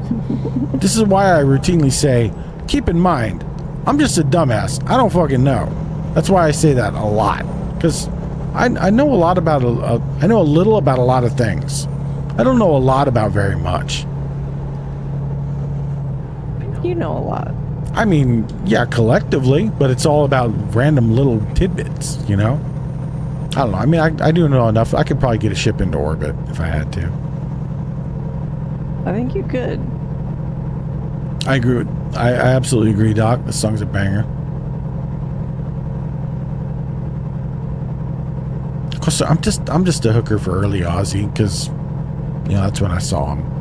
Early, quote unquote. He'd been around for 20 years then, but you know, early Ozzy career. I still want nuclear power reactors. I don't give a fuck about power, but I will box on that. Dude, get the fuck out of my way. I will hit you. Nuclear reactors they've got their good points. They got their bad points. I really want some fusion reactors though. That'd be nice. The problem with fusion though is still oh, we got as much energy out of it as we put into it. That's great. Congratulations. You made a net positive fusion reactor, which we've struggled with. I mean, we have, but we haven't. The problem is turning that into something useful. You may have gotten that much energy out, but did you harness it? No. So we still got a long ways to go. Fusion has been 20 years away since I was a child. It's going to be 20 years away when I die, I believe, unfortunately. But eventually we will get there. Nuclear power is very efficient, very clean. Oh, it is, absolutely. Yeah, I mean, even when you factor in the cost of like ultimate disposal and maintenance of the spent fuel and shit, nuclear is far and above. It's like super cheap. Coal is cheaper if you only count in the cost of the plant and the coal. But if you factor in the long-term costs of coal, like the carbon emissions, the pollutants, all that, coal is so fucking expensive. It is ridiculous. It's like, short of just literally denying the existence of any of those other costs to the climate or the environment or children or whatever, I don't know how you could ever argue for coal as a viable fuel source, because it's not at all. It's energy low. It's not energy dense like so many others. It has the only benefit it has is it's historically been available and we have infrastructure available to extract it. That's it. There is no other reason to ever use it. And those are not good enough reasons. Straight up, not good enough reasons. Versus nuclear, which is a much better interim solution while we wait for cheap renewables. However, we have hit the age of cheap renewables. There is no real reason we shouldn't be running on mostly renewable power, except for the time it takes to roll it out, which we're doing. You know, societally, like the markets are doing it, and renewable is cheap. It makes good sense to put it out. It's happening. Like California's had more, like so many net positive days on renewable energy where it's put more energy into the grid from renewable sources than it has taken out over the course of 24 hours, that it's really like we're rapidly hitting that point where it's going to happen, where we're going to flip over. So something saying there's nuclear salt reactors that are physically impossible to have a Chernobyl type meltdown. If it goes supercritical, it'll melt the salt and drop into something to cool it down and make it virtually impossible. Yeah, there's a lot of designs like that. There are a ton of them. It's not... you can never design something that's impervious, right? Because you can always be attacked by humans. You can be sabotaged. Something truly crazy like a nuclear strike right on the facility, you're never going to be able to fully design around those. However, you can absolutely design reactors that in the event of power loss, coolant loss, fluid loss, something happens that physically separates the rods and stops the nuclear reaction. That doesn't require a salt-based reactor. That you can do that even with contemporary fuel rod-based reactors. Salt-based reactors still use fuel rods. They use a liquid salt as a coolant rather than water. Famously, Alpha submarines in the USSR used like a bismuth salt reactor of some kind, I think. I can't remember what kind of salt it was, but it was a crazy salt reactor. Very noisy, very temperamental, very expensive, very compact, very, very, very hot, which is why they were incredibly fast attack submarines. They were really, really good for that reason. So salt reactors, any reactor can be engineered in a way to shut down in the event of power loss and prevent a meltdown. For the most part, they are now.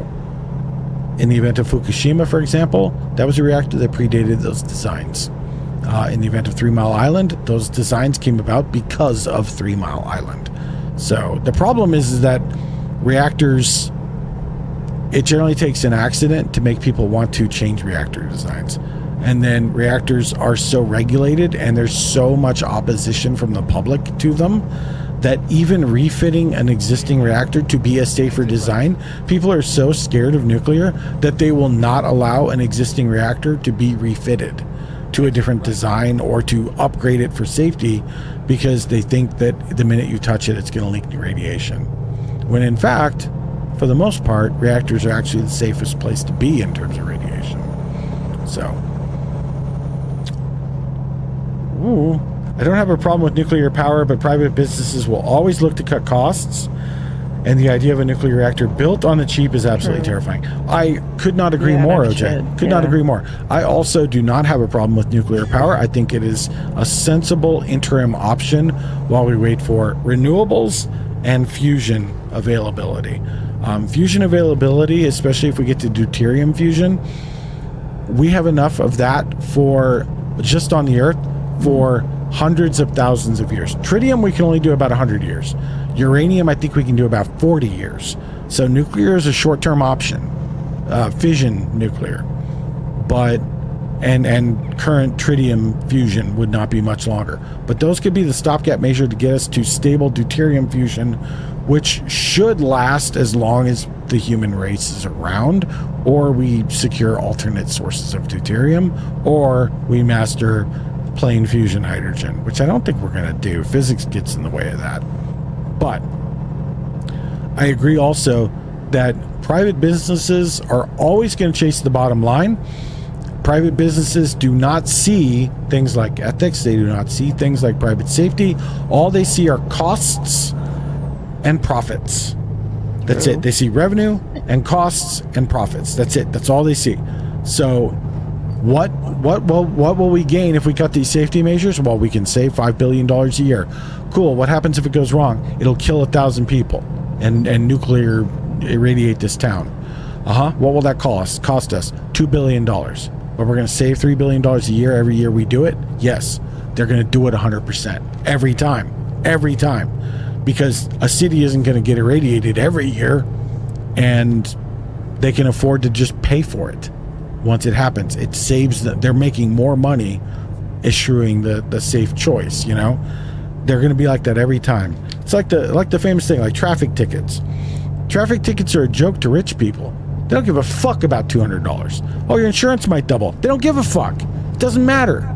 It's literally a drop in the bucket. Your insurance might go up from $1,000 a month to $2,000. You got $300 million. It's not even a rounding error on the interest you made for that day. You know, like they don't give a shit.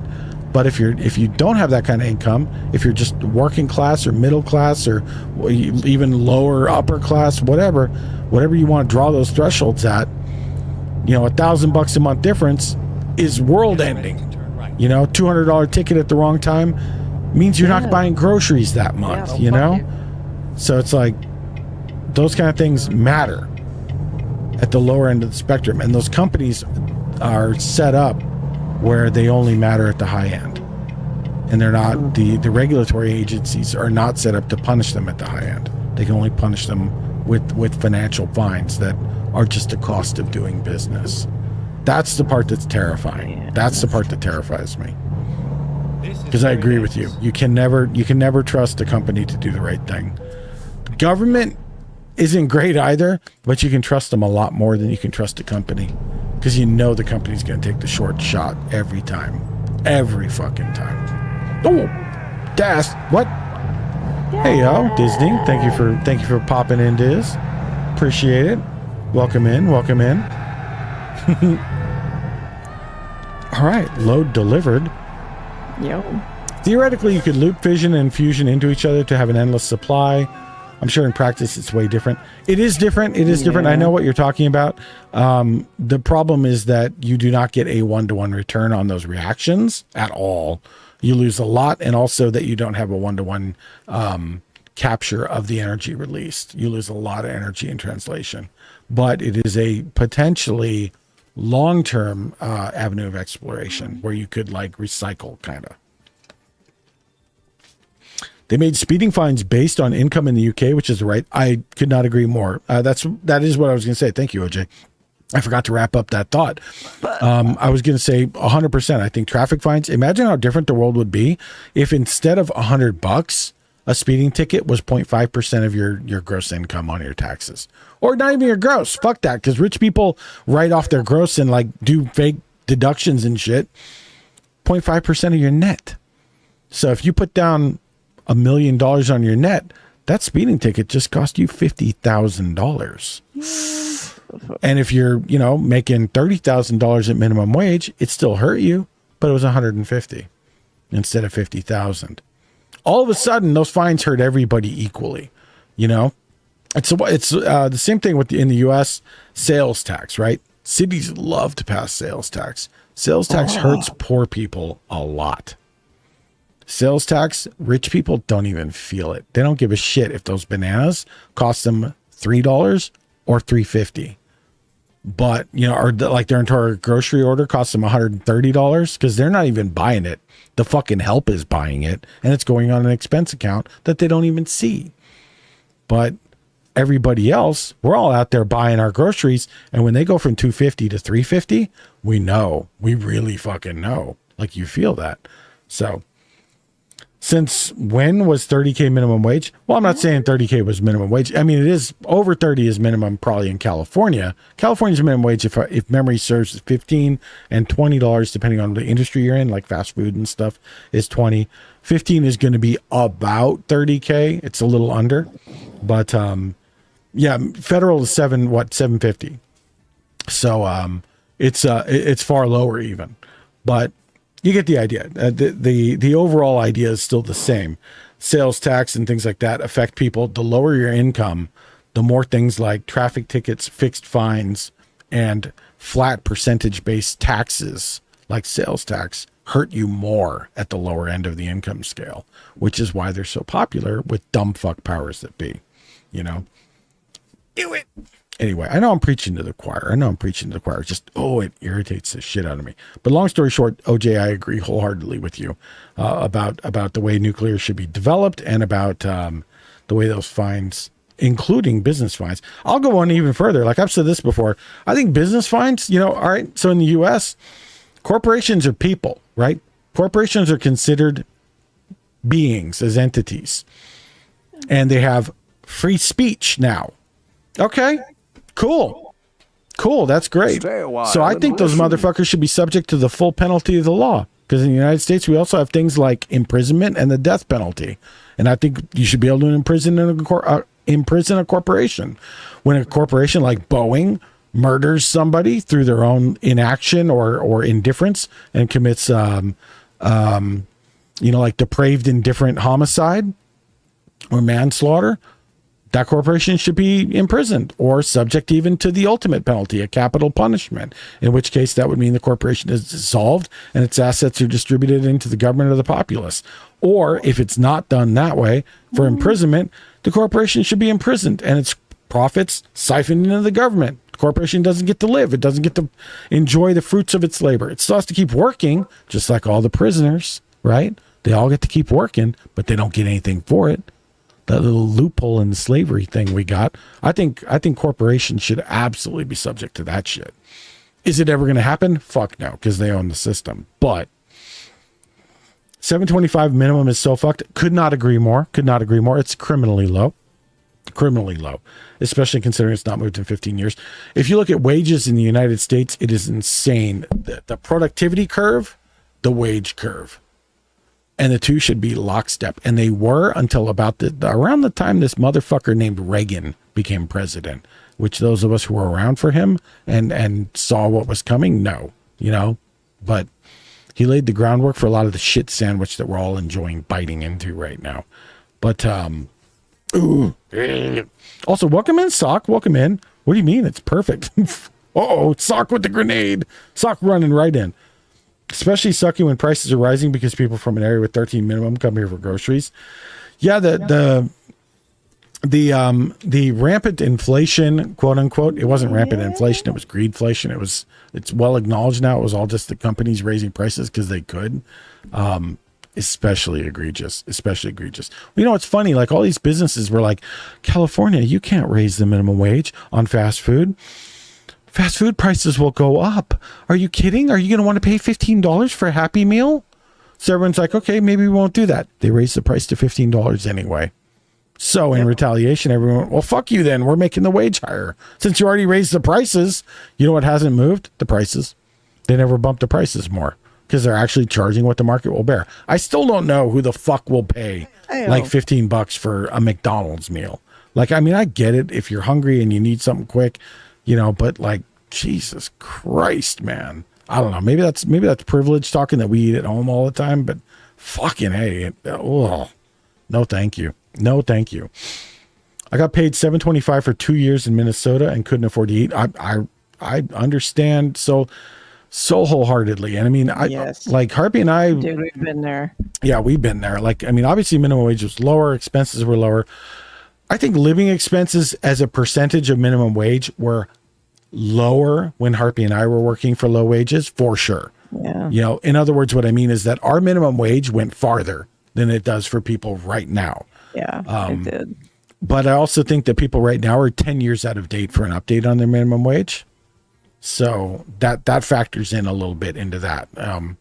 But what I'm getting at is, definitely have been there. And, having to make those choices is bullshit.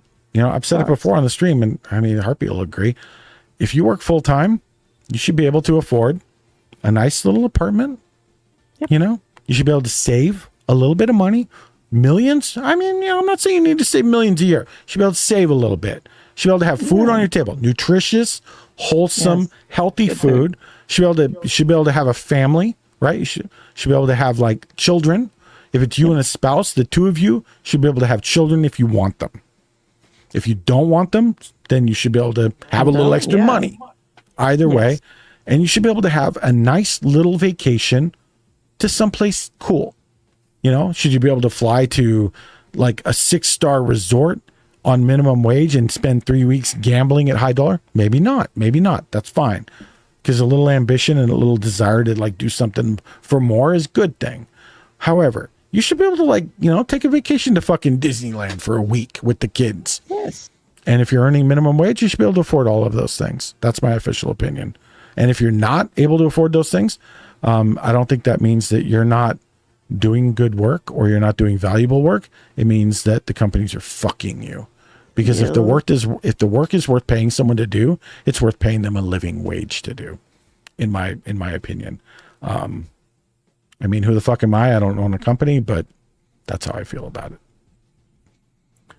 For my area, I'd need 3 full-time jobs at minimum wage to be considered middle class and maybe own a house in 30 years. Yeah, I mean, in most places now in the U.S., I think pretty much everywhere in the U.S. now, you cannot afford an apartment on minimum wage. No. And that's going by average rents. I mean, I'm not going to say you can't find one. There are undoubtedly places in the U.S. where you can. But you can't afford, generally speaking, you can't afford and I'm just talking like bare bones studio, on minimum wage. Most places in the U.S. to get a 1-bedroom apartment, you need 2 people working minimum wage full time. And that's with no other expenses. That's if they don't have cars, don't have insurance, don't have health insurance, don't eat, don't have entertainment expenses, never sub to Big Landeds on Twitch, don't have Amazon Prime to sub. No, okay, blatant bait. Yeah, but Minnesota created a deep fried ranch, so they're allowed to. Oh, okay, deep fried ranch. I mean, let's hold on now. No, still not good enough. Got to do better. Even making 13 an hour is a struggle to survive. I remember what living on $7.25 was like. Yeah, I mean, it's and obviously like all of that is weighted by where you live. Like living in SoCal, I can't imagine trying to make an easy go of it at all here as a single person willing to live in dodgy fucking areas in SoCal.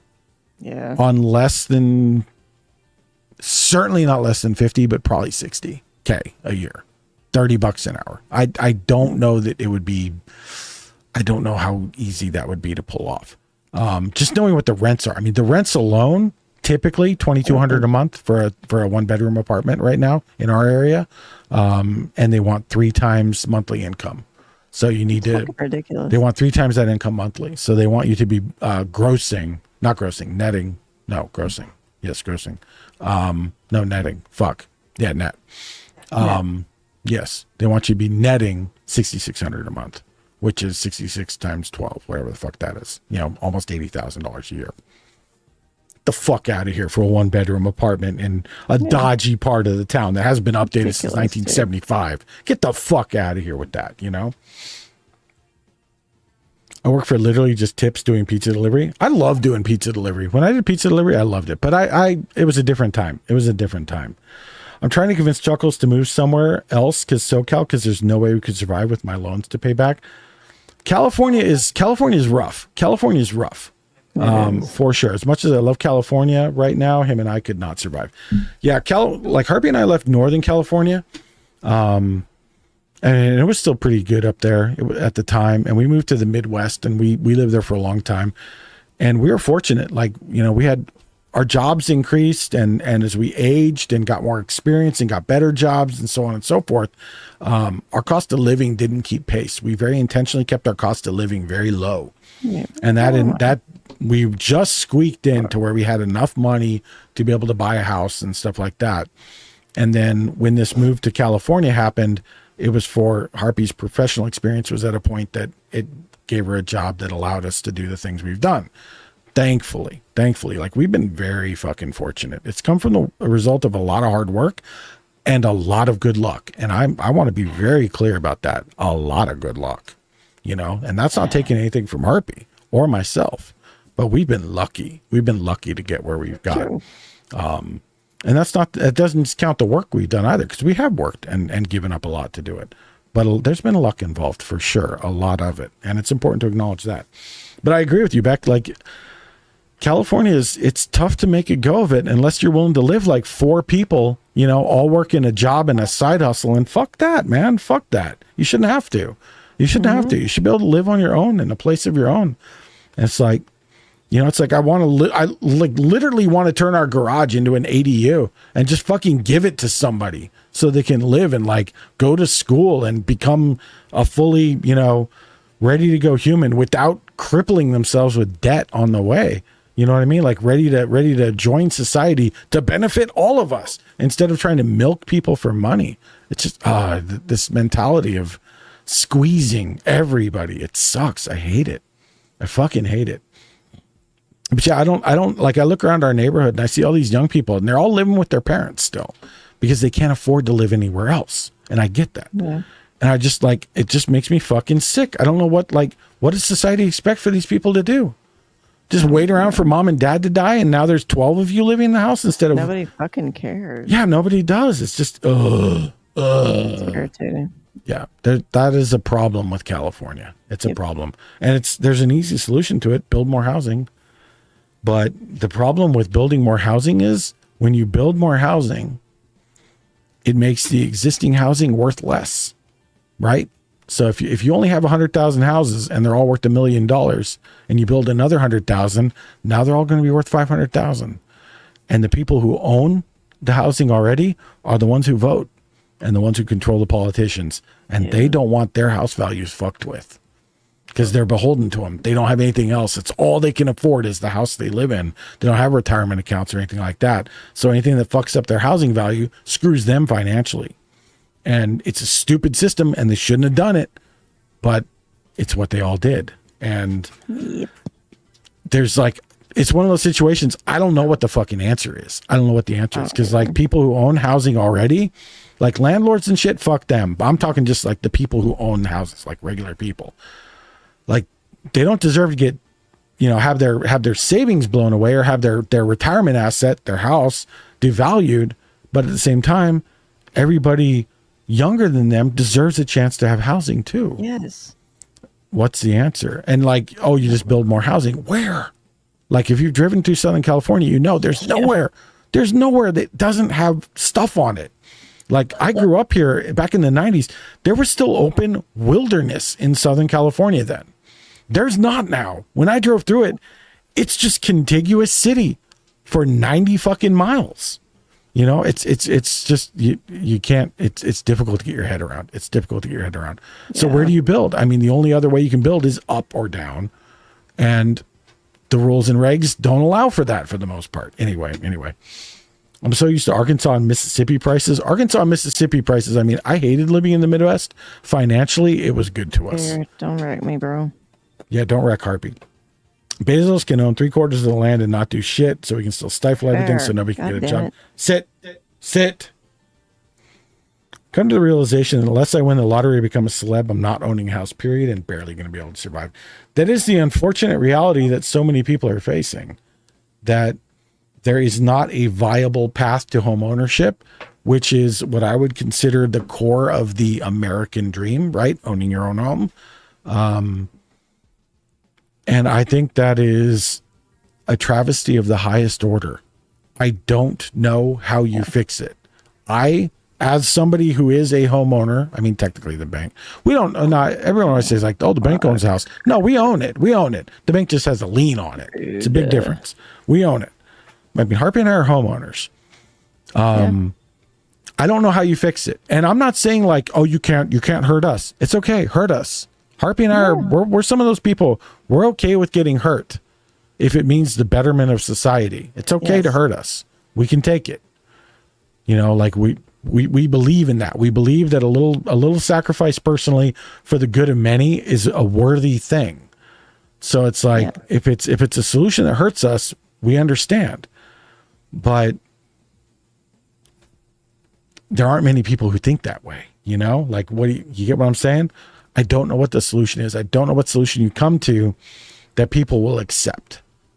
And I don't know what solution you come to that is going to do enough to enable people to buy houses and stuff without some kind of massive upheaval, Doing good, Joshua. How are you? Might be able to score something in an HOA, but I refuse to be one. Oh, you could not pay me. HOAs. I say that all the time. You could pay me to be in an HOA. It would involve 2 commas, but you could pay me enough to be in an HOA. But I have no interest in being in an HOA. That was a critical condition of Harpy and I. And that's part of the reason we ended up in this lower income area, bad part of Long Beach that we're in, is that we're in an area that doesn't have HOAs or anything like that. Because fuck HOAs. You want to talk about busybodies running riot? Harpy, are you all good? Stay a while and listen. I'm trying to figure out how to assign this truck to me. Okay. I got a new truck. I will show you. You have to go to the truck thing. She's driving. Did you already switch it? No. Okay, go to your truck menu. Yep. Or what is it? Company? Truck manager? And then go to the truck in question. Now, do you want it to go to you? Your truck is going to swap with it, which means the employee is going to start driving this other truck, your original truck. You don't care? Okay, so just click drive it now. Down on the bottom left, drive it. There you go. That will swap it. It'll swap out. It'll change to your garage, and it'll become yours. There we go. How about a fancy new truck, bro?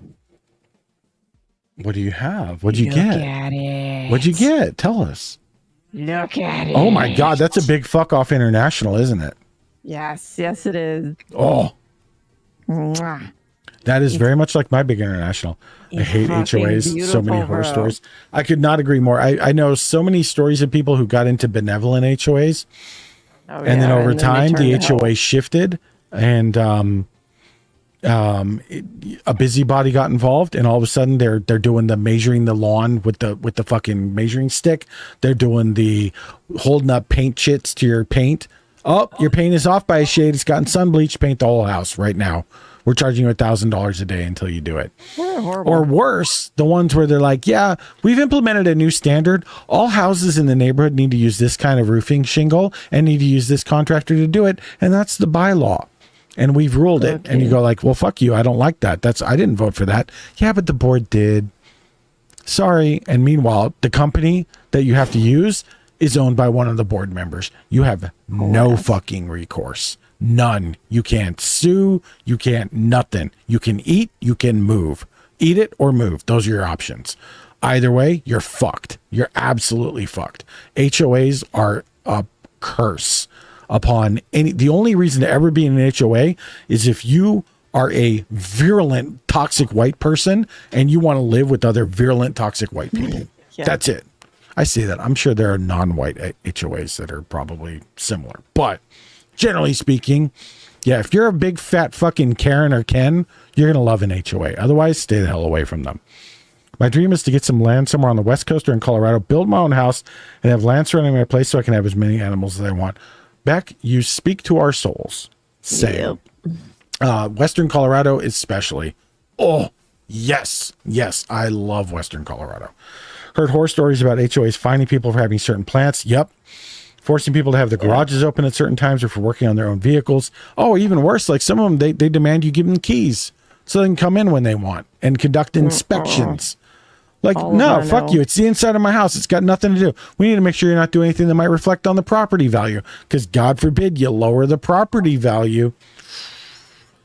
I had a friend who moved into a new house a couple years ago, and we were talking about stuff, and he was showing me like documentation about where he was going to live and including an HOA.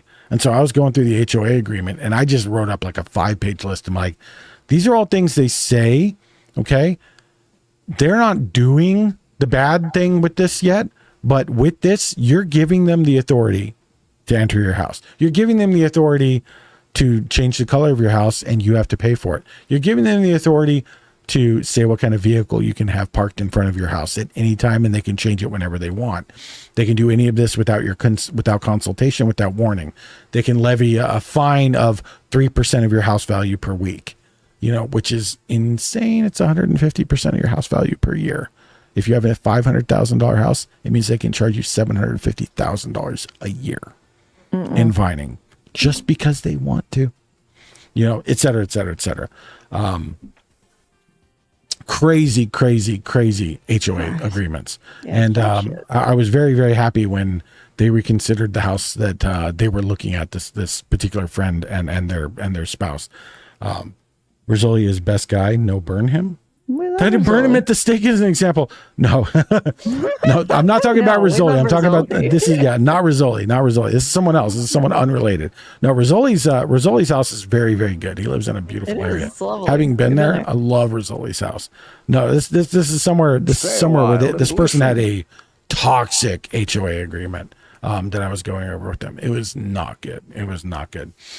There was a national story of a World War II vet flying an American flag, and the HOA tried to sue him for $50K because no flags. Get the fuck out. Oh yeah, no, I remember reading about that. 100%. The HOA had standing. They had full standing. It was in the bylaws, like straight up. That's just Was it cunty, like? man. Was it bad? Was it ugly? Was it improper? Absolutely. That's Were just they in the cunty. right? Absolutely. It was How cunty. dare.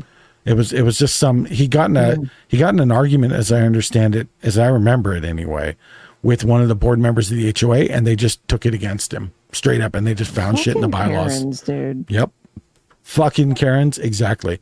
And the problem with all these HOA people, the people who run for HOAs, are the people who have the time to make your life miserable.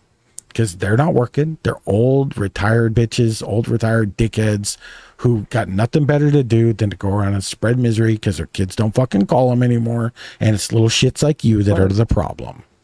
You I know? promise you that when I become an old retired dickhead, I will not be like that.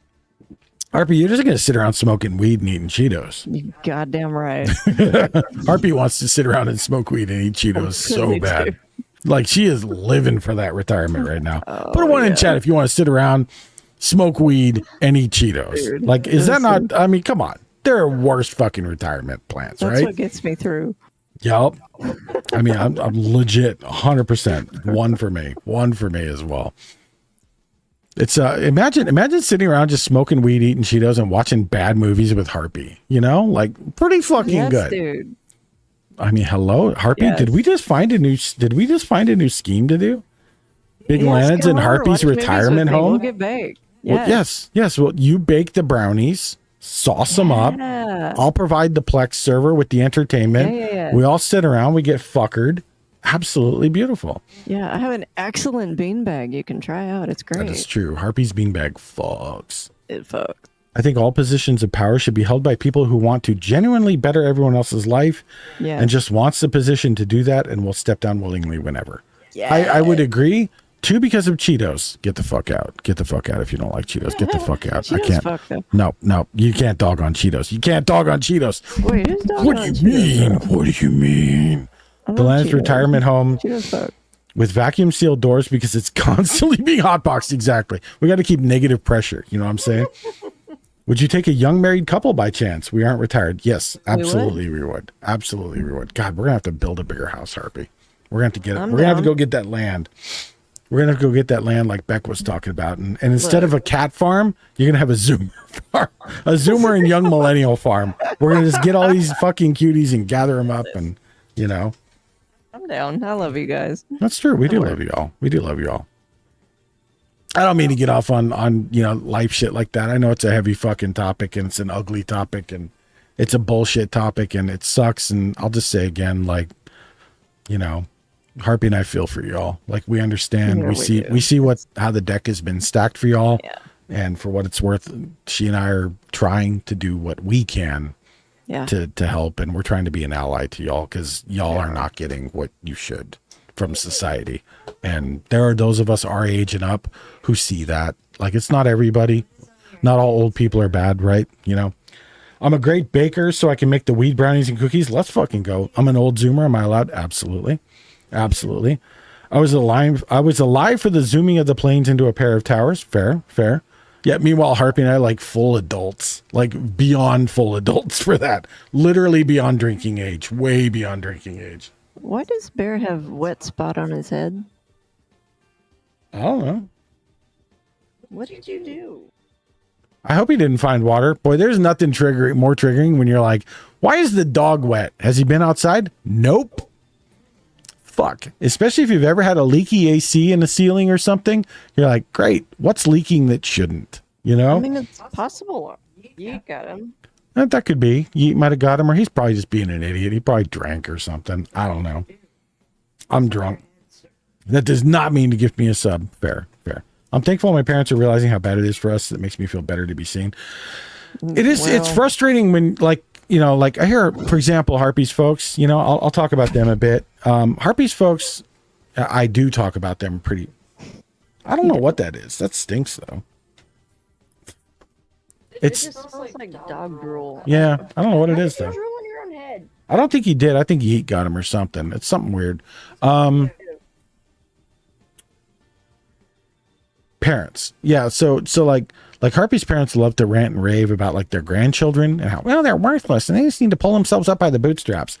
They refuse to understand. Like they understand finances to a limited degree. They think they understand a lot. It really cracks me up when they try and lecture me, the guy who worked in a bank for fucking 15 years and who's managed our finances well enough that Harpy and I were able to buy a house in SoCal and stuff. Like, we're doing okay, you know? I'm not a genius, but I do all right. I know what I'm doing. And so when the two of them lecture us and it's like, hey, you guys are destitute. Like you had, you know, $500,000 in income between the two of you every year, and you have nothing. Like all you have is the house you live in and a tax lien against it because you mismanaged your money so badly and just pissed it all away on dumb shit. So I don't really want to hear it. And when they bitch about how, you know, these young people just want all this stuff handed to them and da-da-da-da-da. And it's so much, you know, we had to work hard and it's just offensive that we had to work so hard to get what we wanted. And they just expected it handed to them for free. Really? You could go to college on a quarter of a minimum wage salary. You could work minimum wage for 10 hours a week and go to college and completely cover it in 1970. How many hours do you think you have to work minimum wage in 2024 to pay for an average college year? It's a fuckload more than 40, I can tell you that. I don't remember the number. I think it's 73. I think it's up in the 70s. You have to work 2 minimum wage jobs just to afford college. That's assuming you don't live anywhere, don't eat, don't have a car, don't have utilities, don't have health care, have no other expenses, never do anything else except pay your college bill. Explaining to them, it's like 80. Okay, yeah, I'm sure it's gone up because that number in my head, Beck, is probably from before the last big round of inflation. Thank you, Raven. And it just, so like we tell them that, you know, like we just straight up told them that. I don't believe that. It's a fact. Like, it's just a fact. This is what average, okay, hold on. Hey, what's average college tuition cost? Boop, boop, boop. Here's the number. Here's what minimum wage gives you per year. It's double. The average college is double that. They just need to not work minimum wage jobs then. Okay, but they're in college. What jobs are going to hire you for more than minimum wage? Plot spoiler, there are a lot of jobs that require a college degree and give you like $10 an hour, which is barely more than minimum wage. And they require you to already have the fucking degree.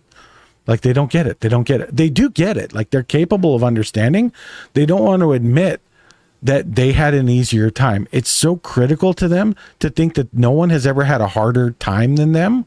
Like Harpy and I, like that's the difference. Like Harpy and I, we acknowledge that we had an easier time than people younger than us are having. It doesn't take away from what we had to do to get to where we are. It doesn't take away from our hard work and sacrifice. It just means yours isn't being rewarded the way it should be. That's how we view it, as opposed to y'all are just lazy and you didn't do it as much as us. No, you guys are working harder than we ever had to and getting less for it. And it's bullshit. So we see you is what I'm saying. We see you. I know I've gone off on this multiple times. I don't mean to keep going off on it. I'm sorry. When I had money and tools, I want to make weed cheese and mix it with normal cheese to make edible pizza. Okay, I'm kind of here for that. I was looking for $20K for a single semester. We're about to wrap up, but we can do more after. Okay. $20K for a single semester at a local trade school. God damn. I mean, trade school is still a good general investment. You're usually going to pay it back quicker. I mean, the tuition still fucking sucks. Yeah. At this point, it's going to require a college degree to flip burgers. The problem with it's like even that, like, oh, that's a job that, flipping burgers. There's a job a robot can do. We're going to have a robot to do it. The problem with all that is like in theory, you still have to remember that there's still people who need the income. This is where universal basic income becomes a thing. And it becomes a thing that makes a great deal of fucking sense. A great deal of sense. You're just going to pay more in taxes. Yeah. Yeah. This is what I was talking about. Harpy and I. Yeah, we will. We're willing to. We're happy to. You know why? It's going to better society. It's going to better society. Can you imagine? Seriously. Imagine a world where there's something like universal basic income. Imagine the fucking art we would produce as a society. yeah. When you free all these people Beautiful. from bullshit jobs they don't need to be doing because like AI is doing it or fucking robots are doing it. Think of all the people. Think of all of you in chat. Right. I know a number of you are so fucking talented. Think how much more you could do if you weren't slaving away at that bullshit job. Dude, I want that. I want that so bad. Yes. And if that means the state of mental health in general would be so much higher. seriously, let alone job satisfaction and just like people having a Yeah. sense of purpose and dad, what? Huh? What? How do I seal acrylic Tires art done on your walls? Well, I mean, generally acrylic you wouldn't. Acrylic is durable already. It's interior if it's interior based paint, unless like you really wouldn't, but you could put if you're worried about like scratches from animals or something, polyurethane. Yeah. Satin polyurethane would be the play. Let it dry fully first, very fully. But yeah, I mean, well, wall paint, most wall paint is latex acrylic, Athena. It's the same thing. Acrylic art paint is walls paint. It's the same thing. Bro, did you get a mural? Because I'm jelly. I believe this might be a mural made by a certain somebody who might be visiting Mr. Rizzoli right now with their chef spouse or fiance, rather. Mwah, exactly. Mwah, mwah, mwah, mwah. I'm trying to get one. Very good. Yeah, satin polyurethane would be my personal preference. Or not even satin, like flat polyurethane, excuse me. Polyurethane typically will come in 3 flavors: flat, satin, glossy.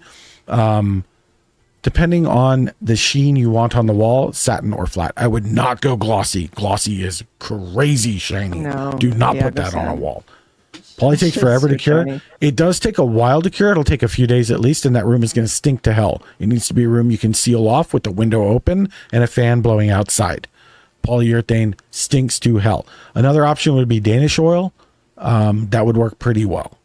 But I would go for poly first. I would worry about Danish oil. I would worry about it with the paint having a reaction. I say that I've never put it on that kind of paint. I have poly painted pieces before and it worked great. So tell the clown to send me pics as they are. Fair. Yeah, fair.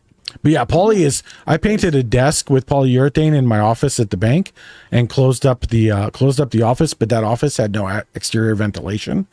The entire building was rank with polyurethane. I did that on a Saturday.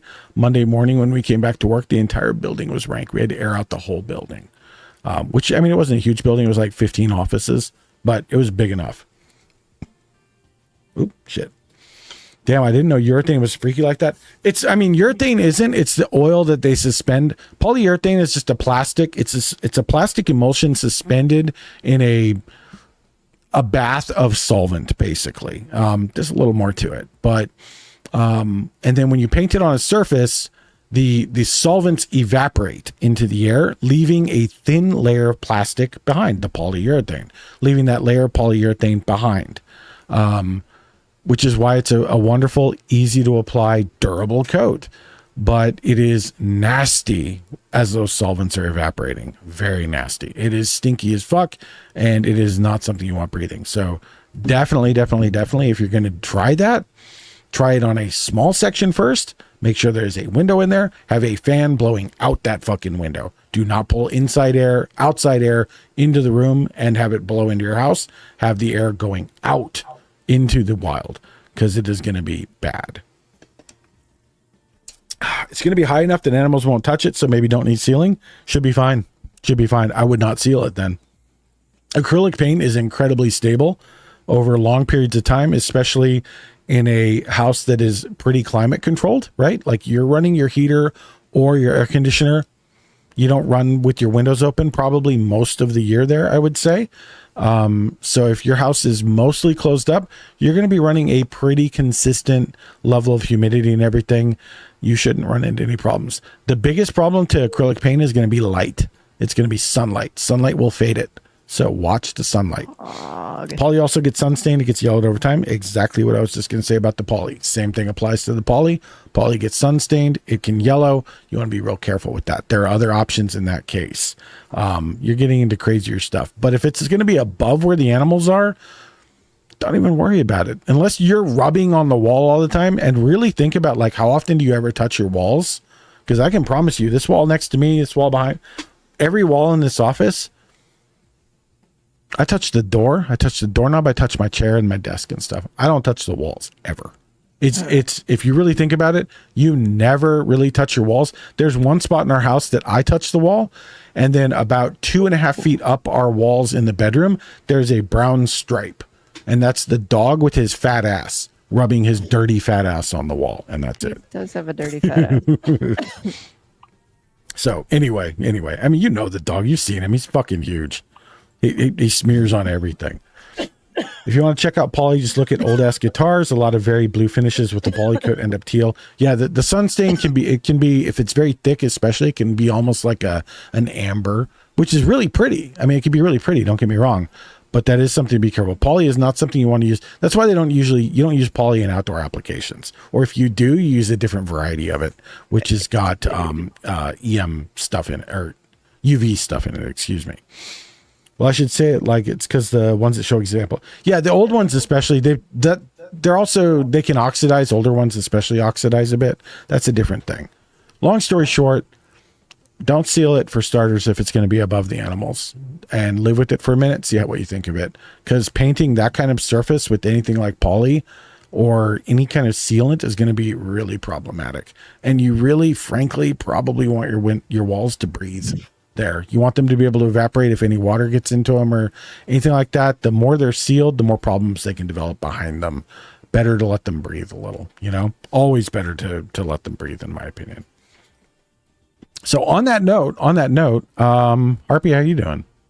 I'm good. I too am good. Are you hungry, my dear? I feel like, we're 6 hours in. We should probably do some dinner. I guess. Yeah. I guess. I'm kind of there too. It's like, I want to go have dinner, but I also want to go have another run. We should probably have dinner though. It's getting really late.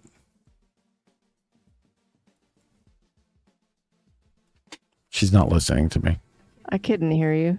I was saying that we should probably go have dinner. It's getting really late. Yeah, we should. You look so unconvinced. You're so unconvincingly unconvinced.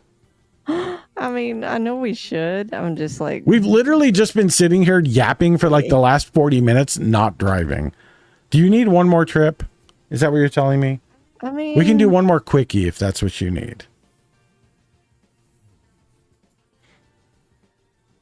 Maybe a little ADB. Okay, all right. Harpy doesn't want to stop doing. Harpy, get a drink. Oh, Doc has created a poll. Harpy wants to drive a little bit more. She wants to do a shorty and have another drink. And I'm ambivalent to it. We need to have dinner. It is 8 o'clock here now. But, if we do a 20-minute run, that's okay. We can still have dinner. So Doc has created a poll. Please participate in said poll. I will mod, you can participate. And I'm going to say dinner. So the poll is yes or no. The poll boils down to, should you do dinner, meaning end, or should you hold off, do a little quick run, like a little 15-minute job, and then end? Mm-hmm. And we will let that poll run out. So we've got a couple minutes. Harpy, you technically are not the streamer, so you can vote as well. Feel free to go vote. But any of you mods, you can vote in that. If you rate out Icy's live on duties for charity, okay, very good. Thank you, Athena. Appreciate the heads up there. That's a good option. I need to look at my actual channel and see what I got. If there's anybody else, because that's a perfectly good option. I don't think I've ever rated duty, actually. I don't mind having dinner because, we theoretically should. I'm just not that into food these days, but... True. I also want to drive my new truck because it's shiny. Well, we can still drive. Also, Harpy, you get to play some WoW next week. Fuck yeah, we do. World of Warcraft. This girl is so excited. She's all in. I'm addicted, y'all. You've got a long history in it. It's funny, like, I'm the guy who played Warcraft first. I introduced her to it.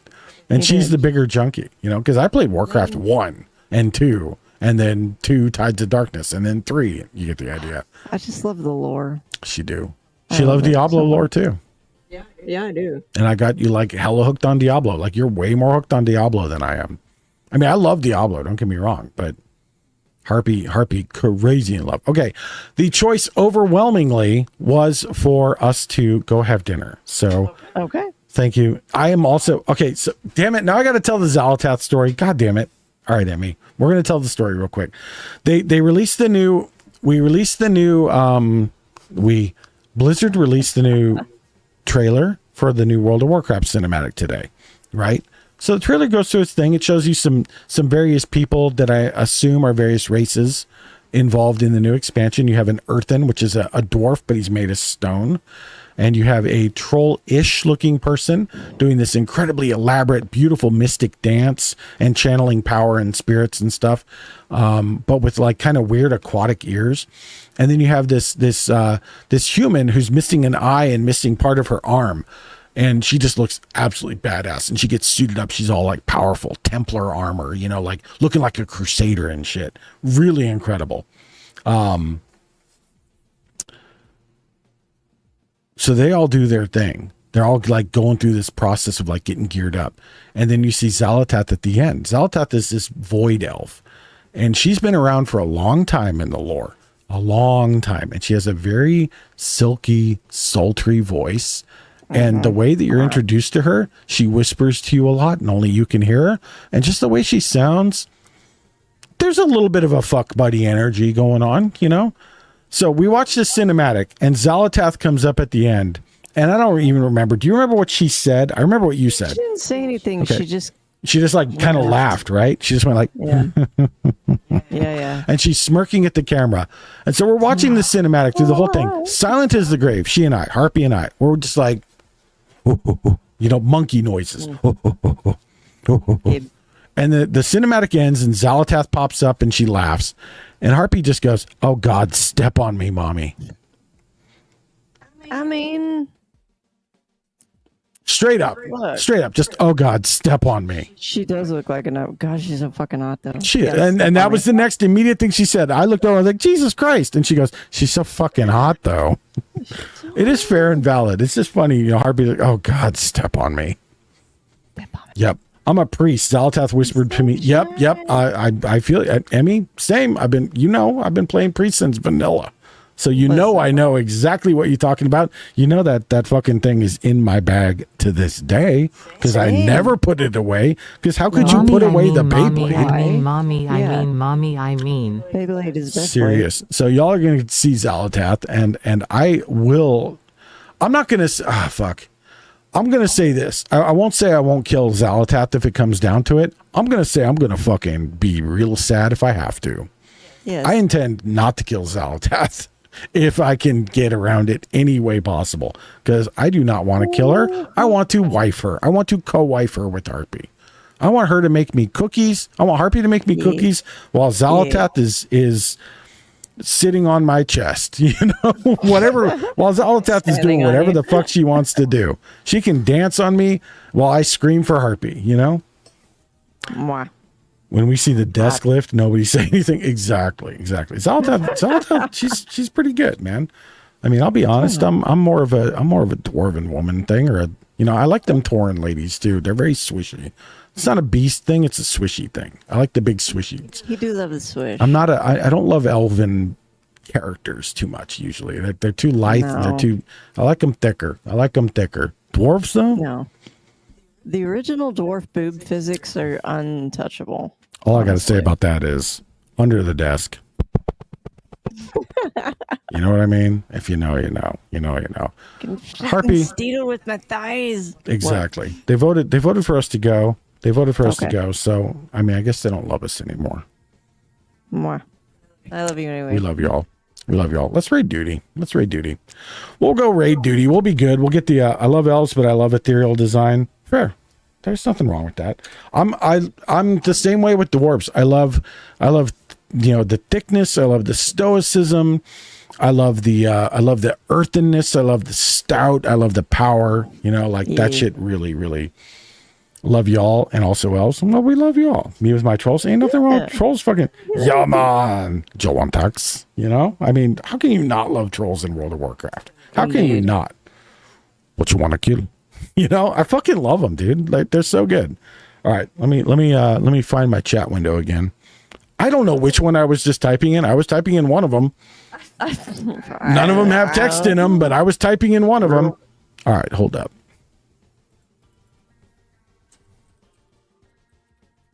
I got a xenomorph truck, y'all. It's badass. Yeah, okay. There's this. Make sure I got the right raid. All right, we raid and Duty Beard. Do y'all want to have a raid message? We have just a moment to come up with it if we do. Or do we want to do the generic? We didn't run over kids, unlike Icy. Valid. Done. Absolutely done. Thank you, Tina. Fucking love it. Brilliant. Yep. Yes. I'm looking for the right window where I can pin that shit right now. That is our message. I should have known you had one ready. Ready. There we go. Pinned and pinned. Yes, Doc, it does. Clearly. Do the xenomorph truck got the little mouth too? Yep. No. I gotta say, I'm very excited about the new movie. Yeah. I am intrigued. Romulus, right? It's called Romulus, I think. I am intrigued by it. I look forward to seeing it. Okay.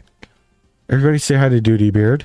Toss him a follow. The man's doing good work. He's also donating to charity, which, good people do. And thank you all for hanging out today. We had a lovely time. I apologize for the long-winded fucking financial ramble again at the end. Please tell me to shut up the next time I do that. I know I keep going off. I know y'all know how I feel. In short, we love you, chat. We love you. We see you. We love you. And I will be back on Tuesday for more probably No Man's Sky. And then we'll have a little fun on Thursday. Harpy and I will be back 1 week from today for some World of Warcraft. I will see you all at Duty Beards. We raided while I was still talking. That's funny. All right. I will